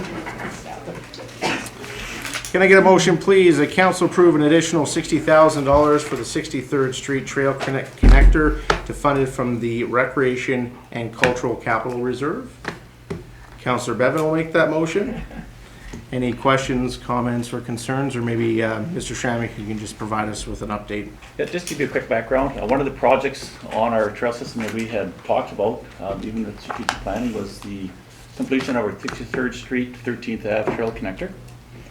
In the 2019 capital budget, we had designated $200,000 for that project. Unfortunately, there was a 2018 expenditure that was missed at the time, which had to be deferred to 2019, so that was for $60,000, which is related to 2018 trail work, so that came off that original $200,000. So really what we're asking for now is to replenish that 2018 deficit back into our 2019 budget to do the completion of the trail that we want to complete. Really, it's a public safety thing. We have a lot of people walking that 63rd Street and down 13th Ave. We really want to see the completion of that trail system. I think it's really important. And our preliminary costs that we've got, actually a firm cost we got from the successful RFP, will definitely be under the original quote of $200,000. It'll be around the 180 mark. Our goal is any funds left over will be transferred back into that reserve to just replenish that portion of it. So. All right, Councillor Chenard. I agree with that for safety, but if we give you the money, will construction be able to happen this year? They are anticipating to start a construction the 1st of September.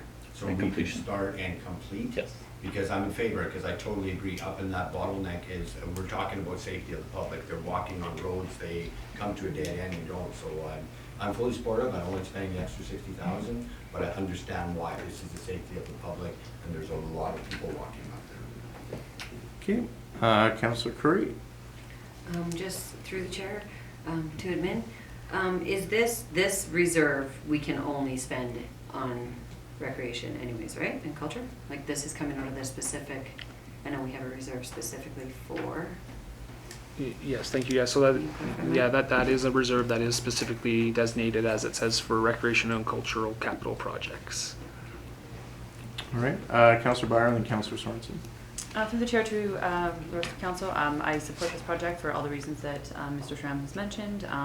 I've walked it myself, and people are always looking at your back to make sure you don't get run over. So I think this is a great thing, and I'm pleased to hear that it would be completed in this season. All right, Councillor Sorensen. I agree that this is through chair to administration. I agree that this is a top priority for our trail system. I do believe it is a safety hazard. From my math, it says you have 140,000 and you need 180, so you need 40,000 more to complete. I'm happy that it's going to be done this year, and I look forward to 20,000 of it going back into the reserve when it's done. Go ahead, Councillor Wilkinson. Through the chair, I just really like to thank you, Mr. Schramm, for the work in this, and I like your idea too, where you're getting money back into the reserve. Thank you. Thanks very much. All right, call the question. All those in favor? Motion carried. Can I get a motion, please, that council direct administration to organize a ceremony along with the planting of several trees at the Hillendale Playground on National Tree Day, September 25th, 2019. This is our first notice of motion. So, Councillor Wilkinson, would you like to make that motion? I would like to make that motion, and I'd also like to stress that Councillor Byer was with me at FCM when we came upon Tree Canada and gave us the idea. But someone had to try that first notice of motion, so. All right. Yeah. Thank you, Councillor Wilkinson, Councillor Chenard, and then see what. I like the project, but on the 25th, are we all not on to AUMA? September 25th? Yeah, we will be at AUMA. So I'm loving the idea, I want the tree, and we're dedicating it to it, and not one councilor's gonna be there, the public's gonna think, what are you thinking? So I agree, can we do that and then do a ceremony before? Because we're all, no one's gonna be there. And see what Erica. Thank you. Just some general comments on our first notice of motion. I think this is an excellent tool, and it's been something we've worked on for quite a while to allow council to bring things, issues and potential projects forward. I would just always keep in mind as a councillor, as you bring things forward, any associated costs or staff efforts just need to be considered as part of this. And so, depending on the types or amount or size of trees, there's costs associated with that. So it may need to come with additional funding or additional allocations of resources as part of that.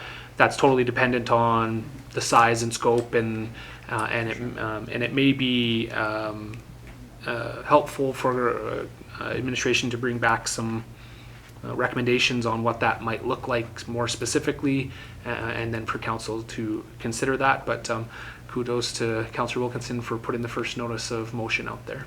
Councillor Wilkinson. Through the chair, I did consider the cost factors, and that's why I did offer that I would go and try to solicit them from Forestry or Weyerhaeuser. Also, Tree Canada would have given us some. So I realized that cost, and if it comes to anything, I can dig the hole personally if it's gonna be too much of a cost for the town. I think it's important. All right, thank you, Councillor Wilkinson, Councillor Bevan, and then Councillor Byer, and then Councillor Curry. Actually, Councillor. Councillor Bevan, you have the floor. Okay, no problem. I do support this, but I also think that, on something like this, if we have something else going in the town where we can have a chance to plant trees, we also refer to this and look at this too, so that we don't miss it, because we have a nice beautiful town here where we could do something, maybe one of our parks or whatever that too. So. Councillor Byer. Through the chair to council. As Councillor Wilkinson suggested, we saw this at FCM and thought it would just be a really great idea. Do we know if our local Weyerhaeuser is doing anything on that day as well? Not heard Or any other anything. mills? I've I not heard don't know, anything. maybe administration was considered. If they were, then it would be nice to kind of try something in conjunction or work with them if they have something else going on too. All right. Councillor Curry and then Councillor Schnarr. I think this is a great idea. I do think there needs to be a little more from administration on just type of tree, where we're putting trees. I know from my rec experience that parks have a very specific look and purpose and why we do things. And so I think, like, to just say we're going to put one in Hillendale, I think there needs to be thought about why we're putting it, where we're putting it. And as somebody who owns 6 birch trees in their front yard, what we're planting and the amount of scope of work that's associated with, because there is a lot of cost that could come from. And so I support this. I just would like a little bit more information on, or just knowing that we're doing this with help from, we have a parks manager who, that's kind of the role to know what kind of trees. It was trees, plural. Trees. Thank you. And this was why, certainly administratively, I think a suggestion to research, review, and bring back some information to council may be the preferable course of action. That will allow us to, I think, as Councillor Byer suggested, consider partners that may want to participate, and bring council back some more specific options on what this event may look like and what the scope of it may look like. I know that there is a plan that was developed for Hillendale Park that included trees, and so we could reference the plan for type, styles, locations, those types of things. So certainly respectfully suggest that we consider, if Councillor Wilkinson was willing to consider that to be, that council review this opportunity and bring it back to council for consideration, that may allow us to provide some of the answers to these questions. Well, by all means, yeah. Councillor Schnarr. Mine was a two-part, but thank you for asking that, because I was going to say, we do have a plan for Hillendale, like you said, and then I apologize, we do have important councillors that will be here. Our youth council, if we make this happen, it'll be a perfect opportunity for our youth council to represent council on dedicating a tree, because they can watch it grow. So, but that's, we need to review our Hillendale plan before we go ahead. Councillor Sorensen. I'm in full support of this. I love the program that the county has, where the county residents can go and receive little seedlings or saplings every year, and they recognize the benefits of trees in their community. There's a variety of environmental benefits to it, but also shade provision for our kids to play under. And I don't think we need as much lawn mowed in this town as we currently do. So I'm in full Or weeds support, picked. and I don't think if we're going to make the September 5th, 25th deadline, I think it needs to be today, personally, that we need to approve this. So I'm in favor of just approving it as is and letting administration find out the specifics of the work. All right, Councillor Shinard. If we're gonna approve it, we have to have a dollar figure, because, I mean, as well here, like we're putting in a seedling, or we're putting in, saying some trees are $4,000 or $5,000 for a big tree, which is extreme, but we need to approve what we're spending and a plan. We're not just putting trees, because the last thing we wanna do is dedicate trees, plant them, parks come along and say, hey, you know what, we got a plan, we're putting a playground there, so 2 of the trees gotta go. So I'm agreeing, but we need a plan. Councillor Wilkinson. Okay, in my plan, these trees were donated, Okay?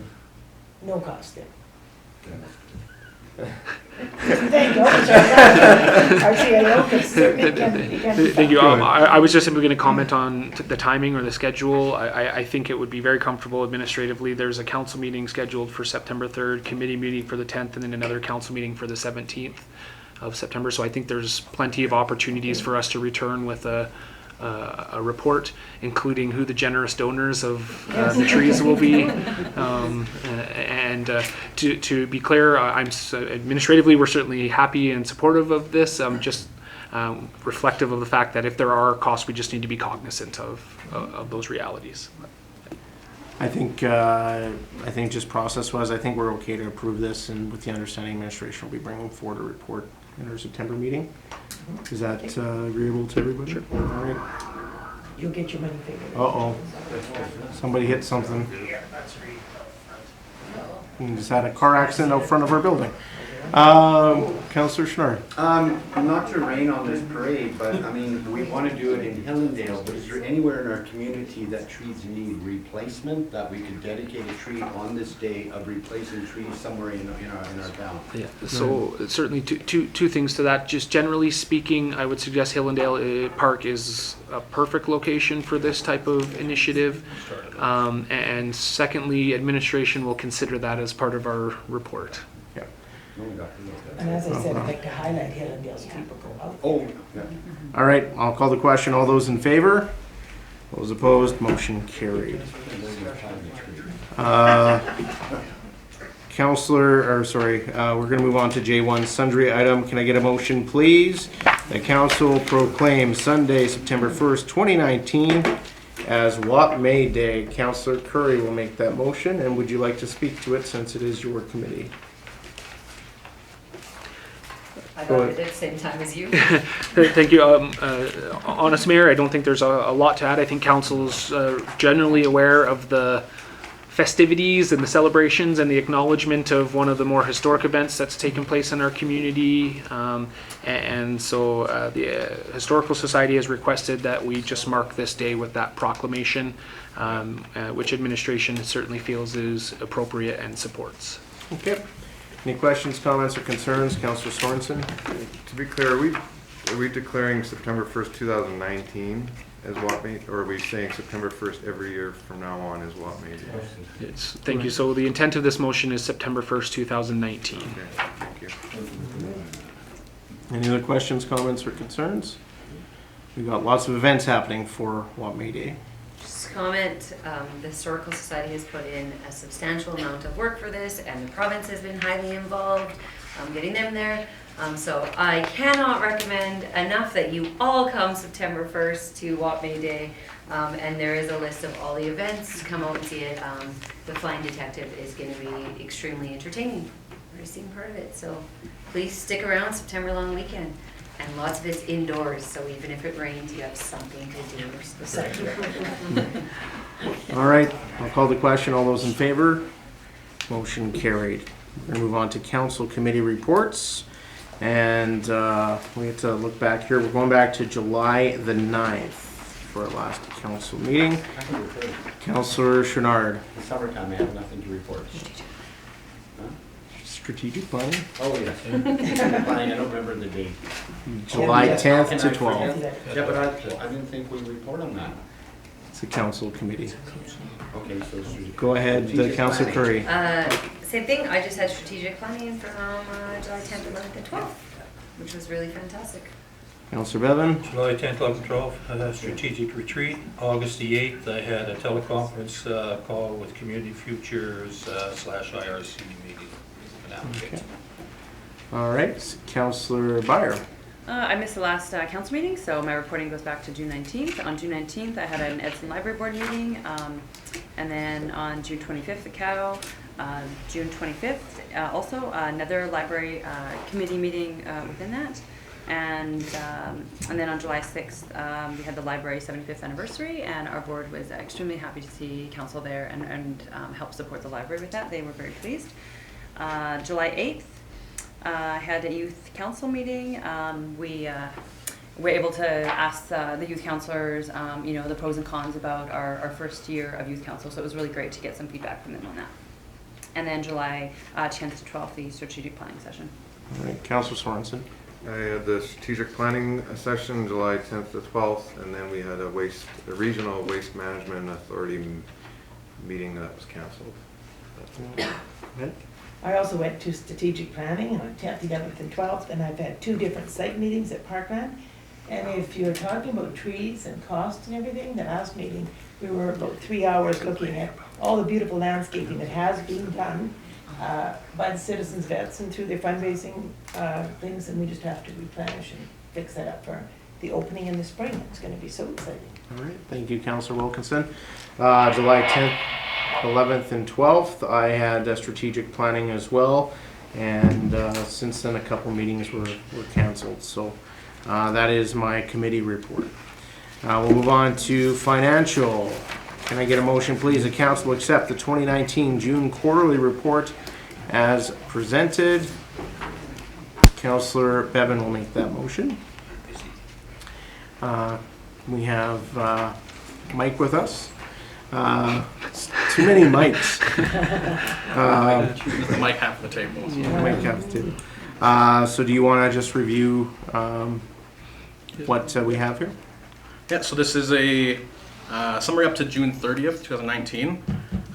So what we have on the the document here is that in the agenda are any expenses and revenues that are plus minus 10% from 50% of what they were projected to be for 2019. They are all explained out there. Most of them have to do with invoicing that comes at different times of the year, whereas the end of the year or majority has come at the beginning of the year, or projects that haven't gone through yet, or for example, with the cemetery, that most of the expenses occur in the summer months. So anything that's happened from July 1st until now isn't included in this report. That will become the next quarterly report. And then there's a capital update on some of the projects the capital projects have been going forward this year. If you go to the 3rd page of that, you'll see some of them don't have any year-to-dates as of June 30th on those, but those are ones that are ongoing now, and then just haven't received any invoices for them, as they may have not started or just didn't receive the invoices by June 30th. And then the final one is about the RFPs that were put out that were over $50,000, and there was just one that met that threshold. If there's any other questions, I'm happy to give a shot at answering them. I'm filling in today. So. Okay. Go ahead, Councillor Sorensen. Through the chair to administration, can you just confirm that the 5 capital projects other than the multiplex are still on schedule to be completed this calendar year? Go ahead, Thank you. Yes. So this was just as of June 30th. No money had been expended, but those projects are ongoing and are currently scheduled to be completed this season. Okay.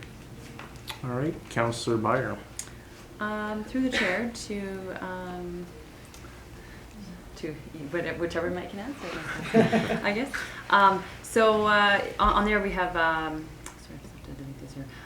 our highlights, the engineering that is at 21% with staff turnover and still recruiting. Is that for the general manager position, or is that for additional positions beyond that one? Go ahead, see whatever. I'll allow Mike to start, and if For that I the, can add. if I get it right, it's for engineering manager, I believe, that has not been hired for 2019, so those wages have not been expended. That us seeing it's only at 21%.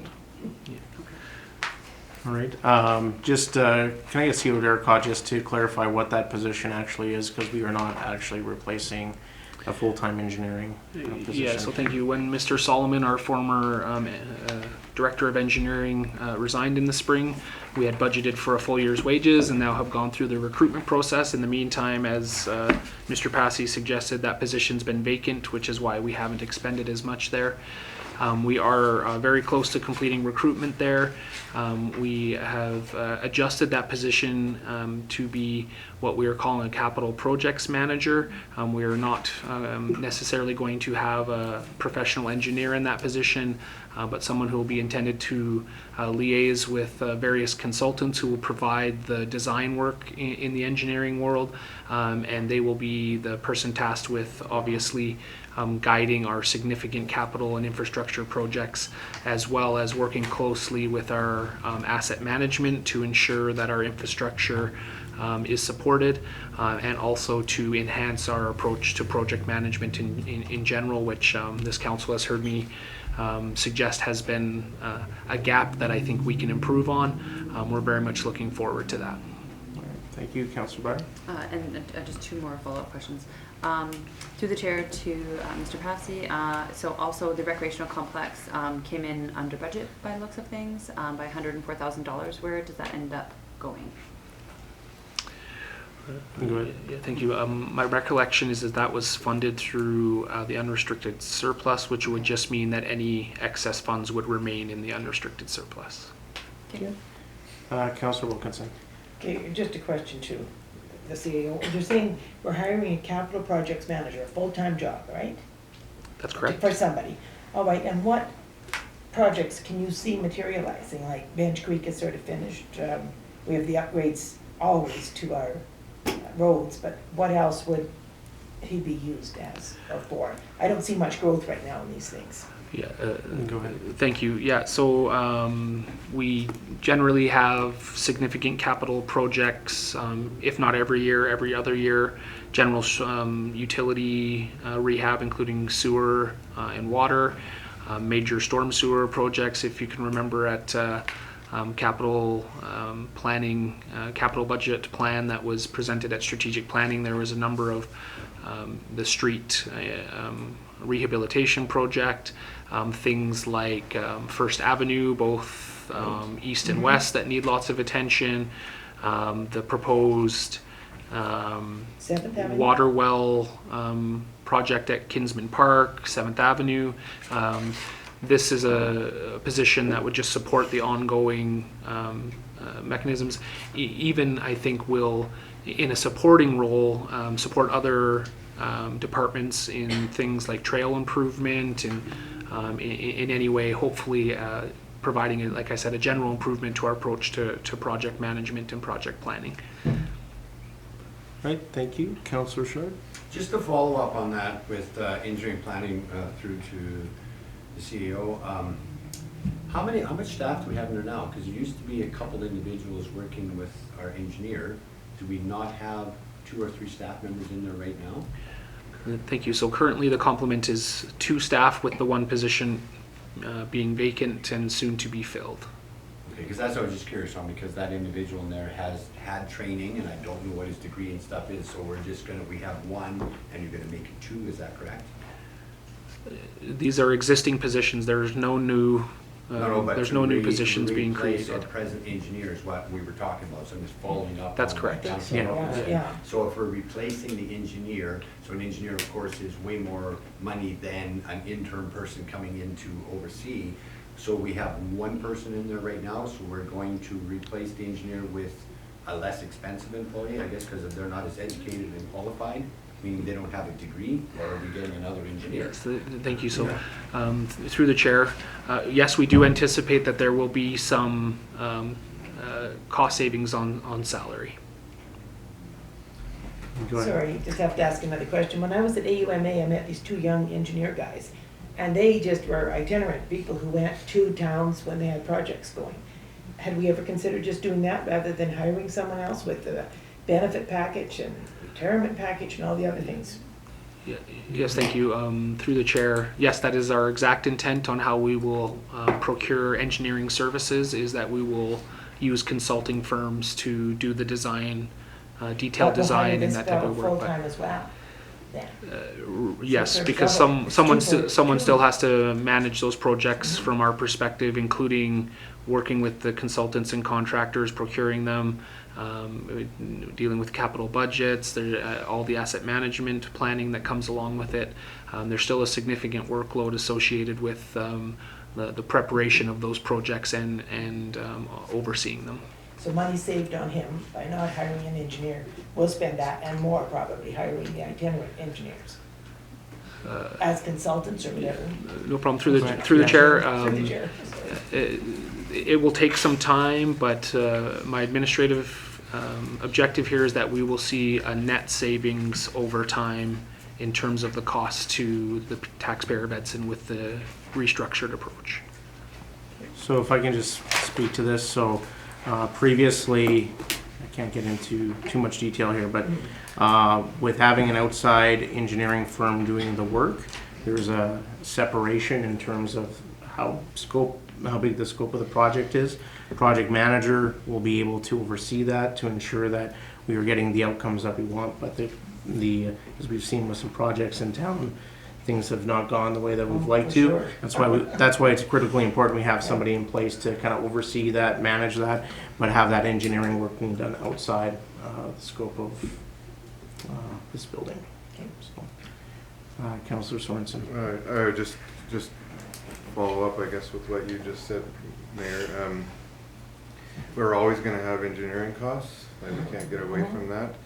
But in the couple of years I've been on council, I've seen hundreds of thousands of dollars lost because of poor project management and poor bid processes.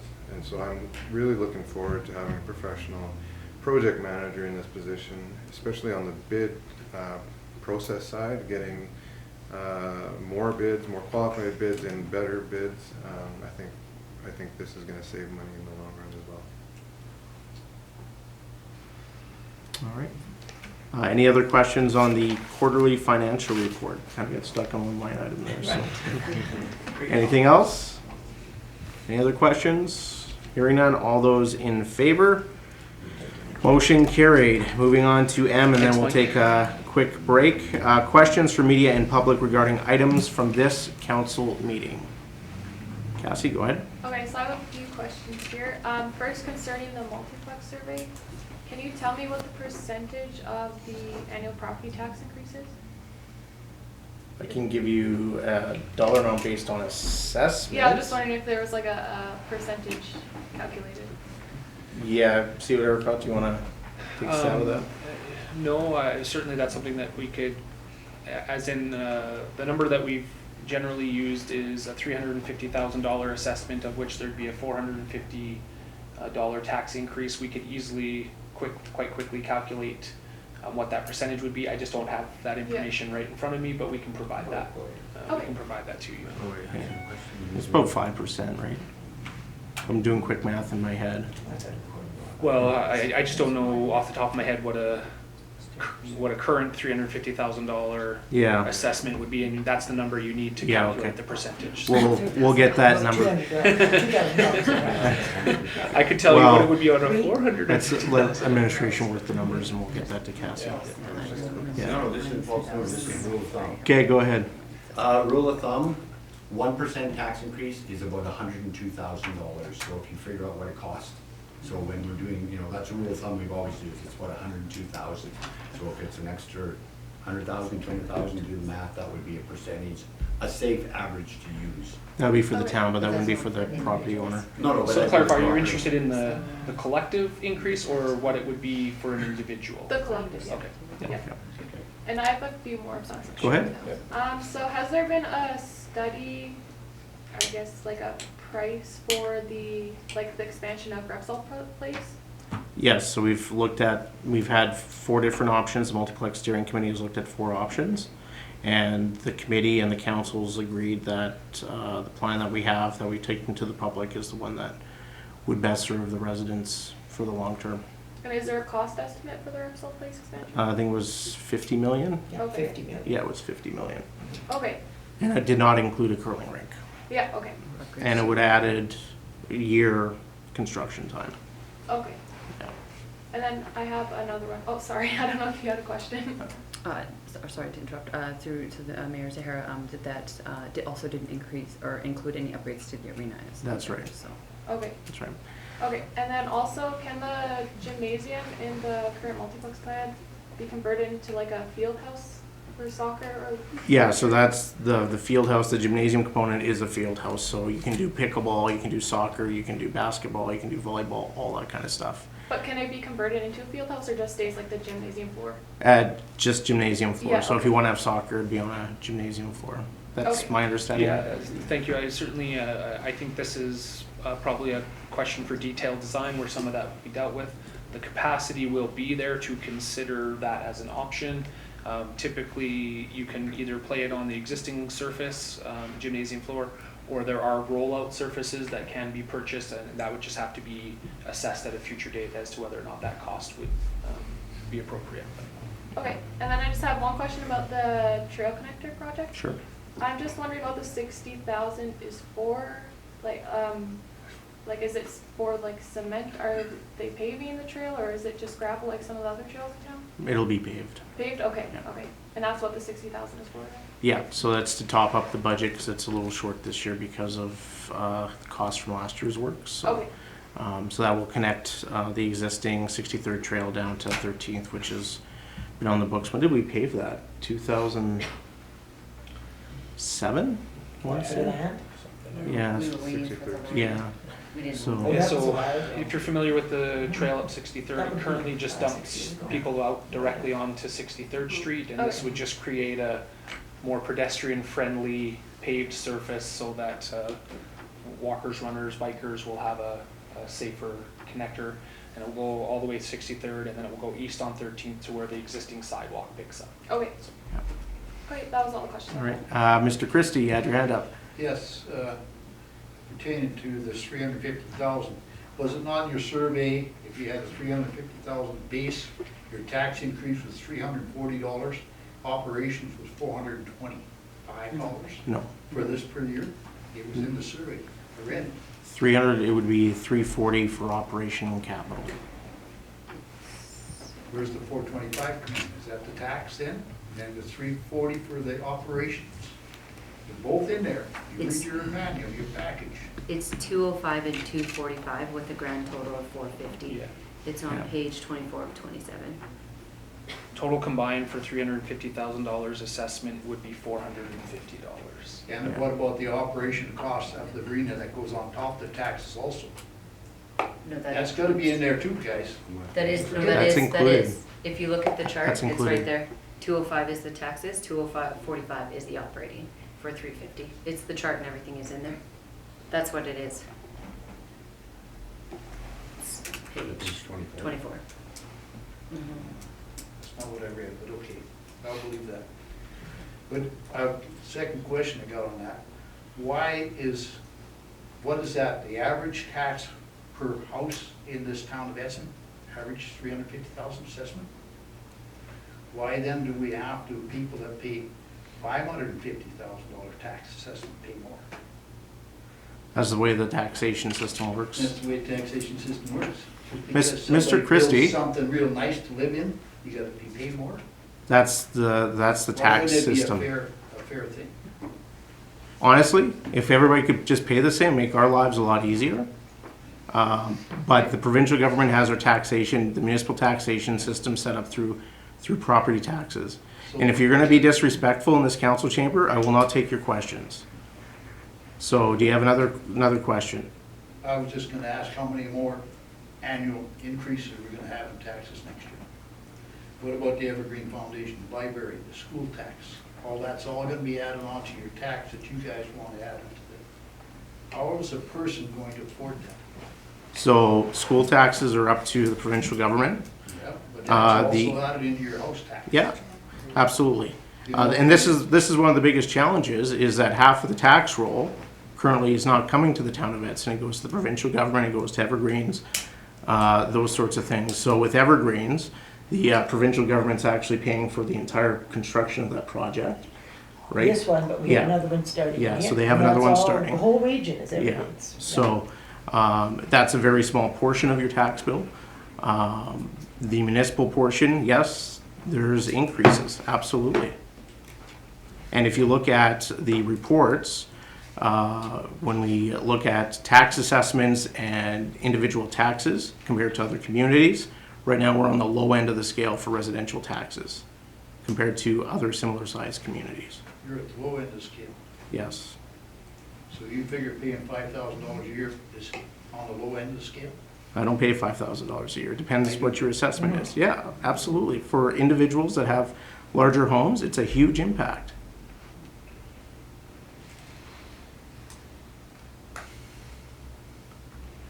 Best of luck. Thank you, sir. Any other questions? Mr. Martineau, go ahead. As regards to what Councilor Bennett had to say, I did the exact same thing. When this survey came out, I thought it was recycling, I put it in there. If you want more people to answer your surveys and whatnot, throw that survey in with your next tax assessment in regards to how much your taxes are gonna go up. I'll guarantee you more people are gonna give you more input back on that survey when they know what it's actually gonna cost. People don't care until it all of a sudden has to come out of their pocket. Once it comes out of their pocket, then everybody's ears perk up. Yeah. Thank you. So if they want more people to listen to it, they have to have a different kind of survey. 23%, in my opinion, maybe it sounds good, to me it doesn't, I'm no professional. Yeah. All right, any other questions? Hearing none? Okay, we'll recess for 10 minutes and go into camera.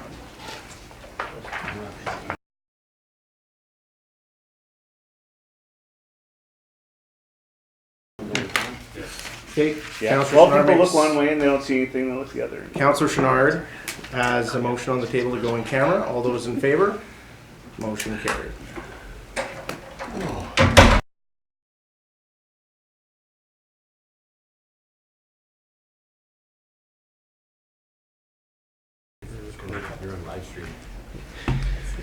Just in any motion that's made, if we could just refrain from naming any other parties. Okay, That so would be can I get a motion, appreciated. please, that we enter into the bulk water supply agreement as discussed in camera?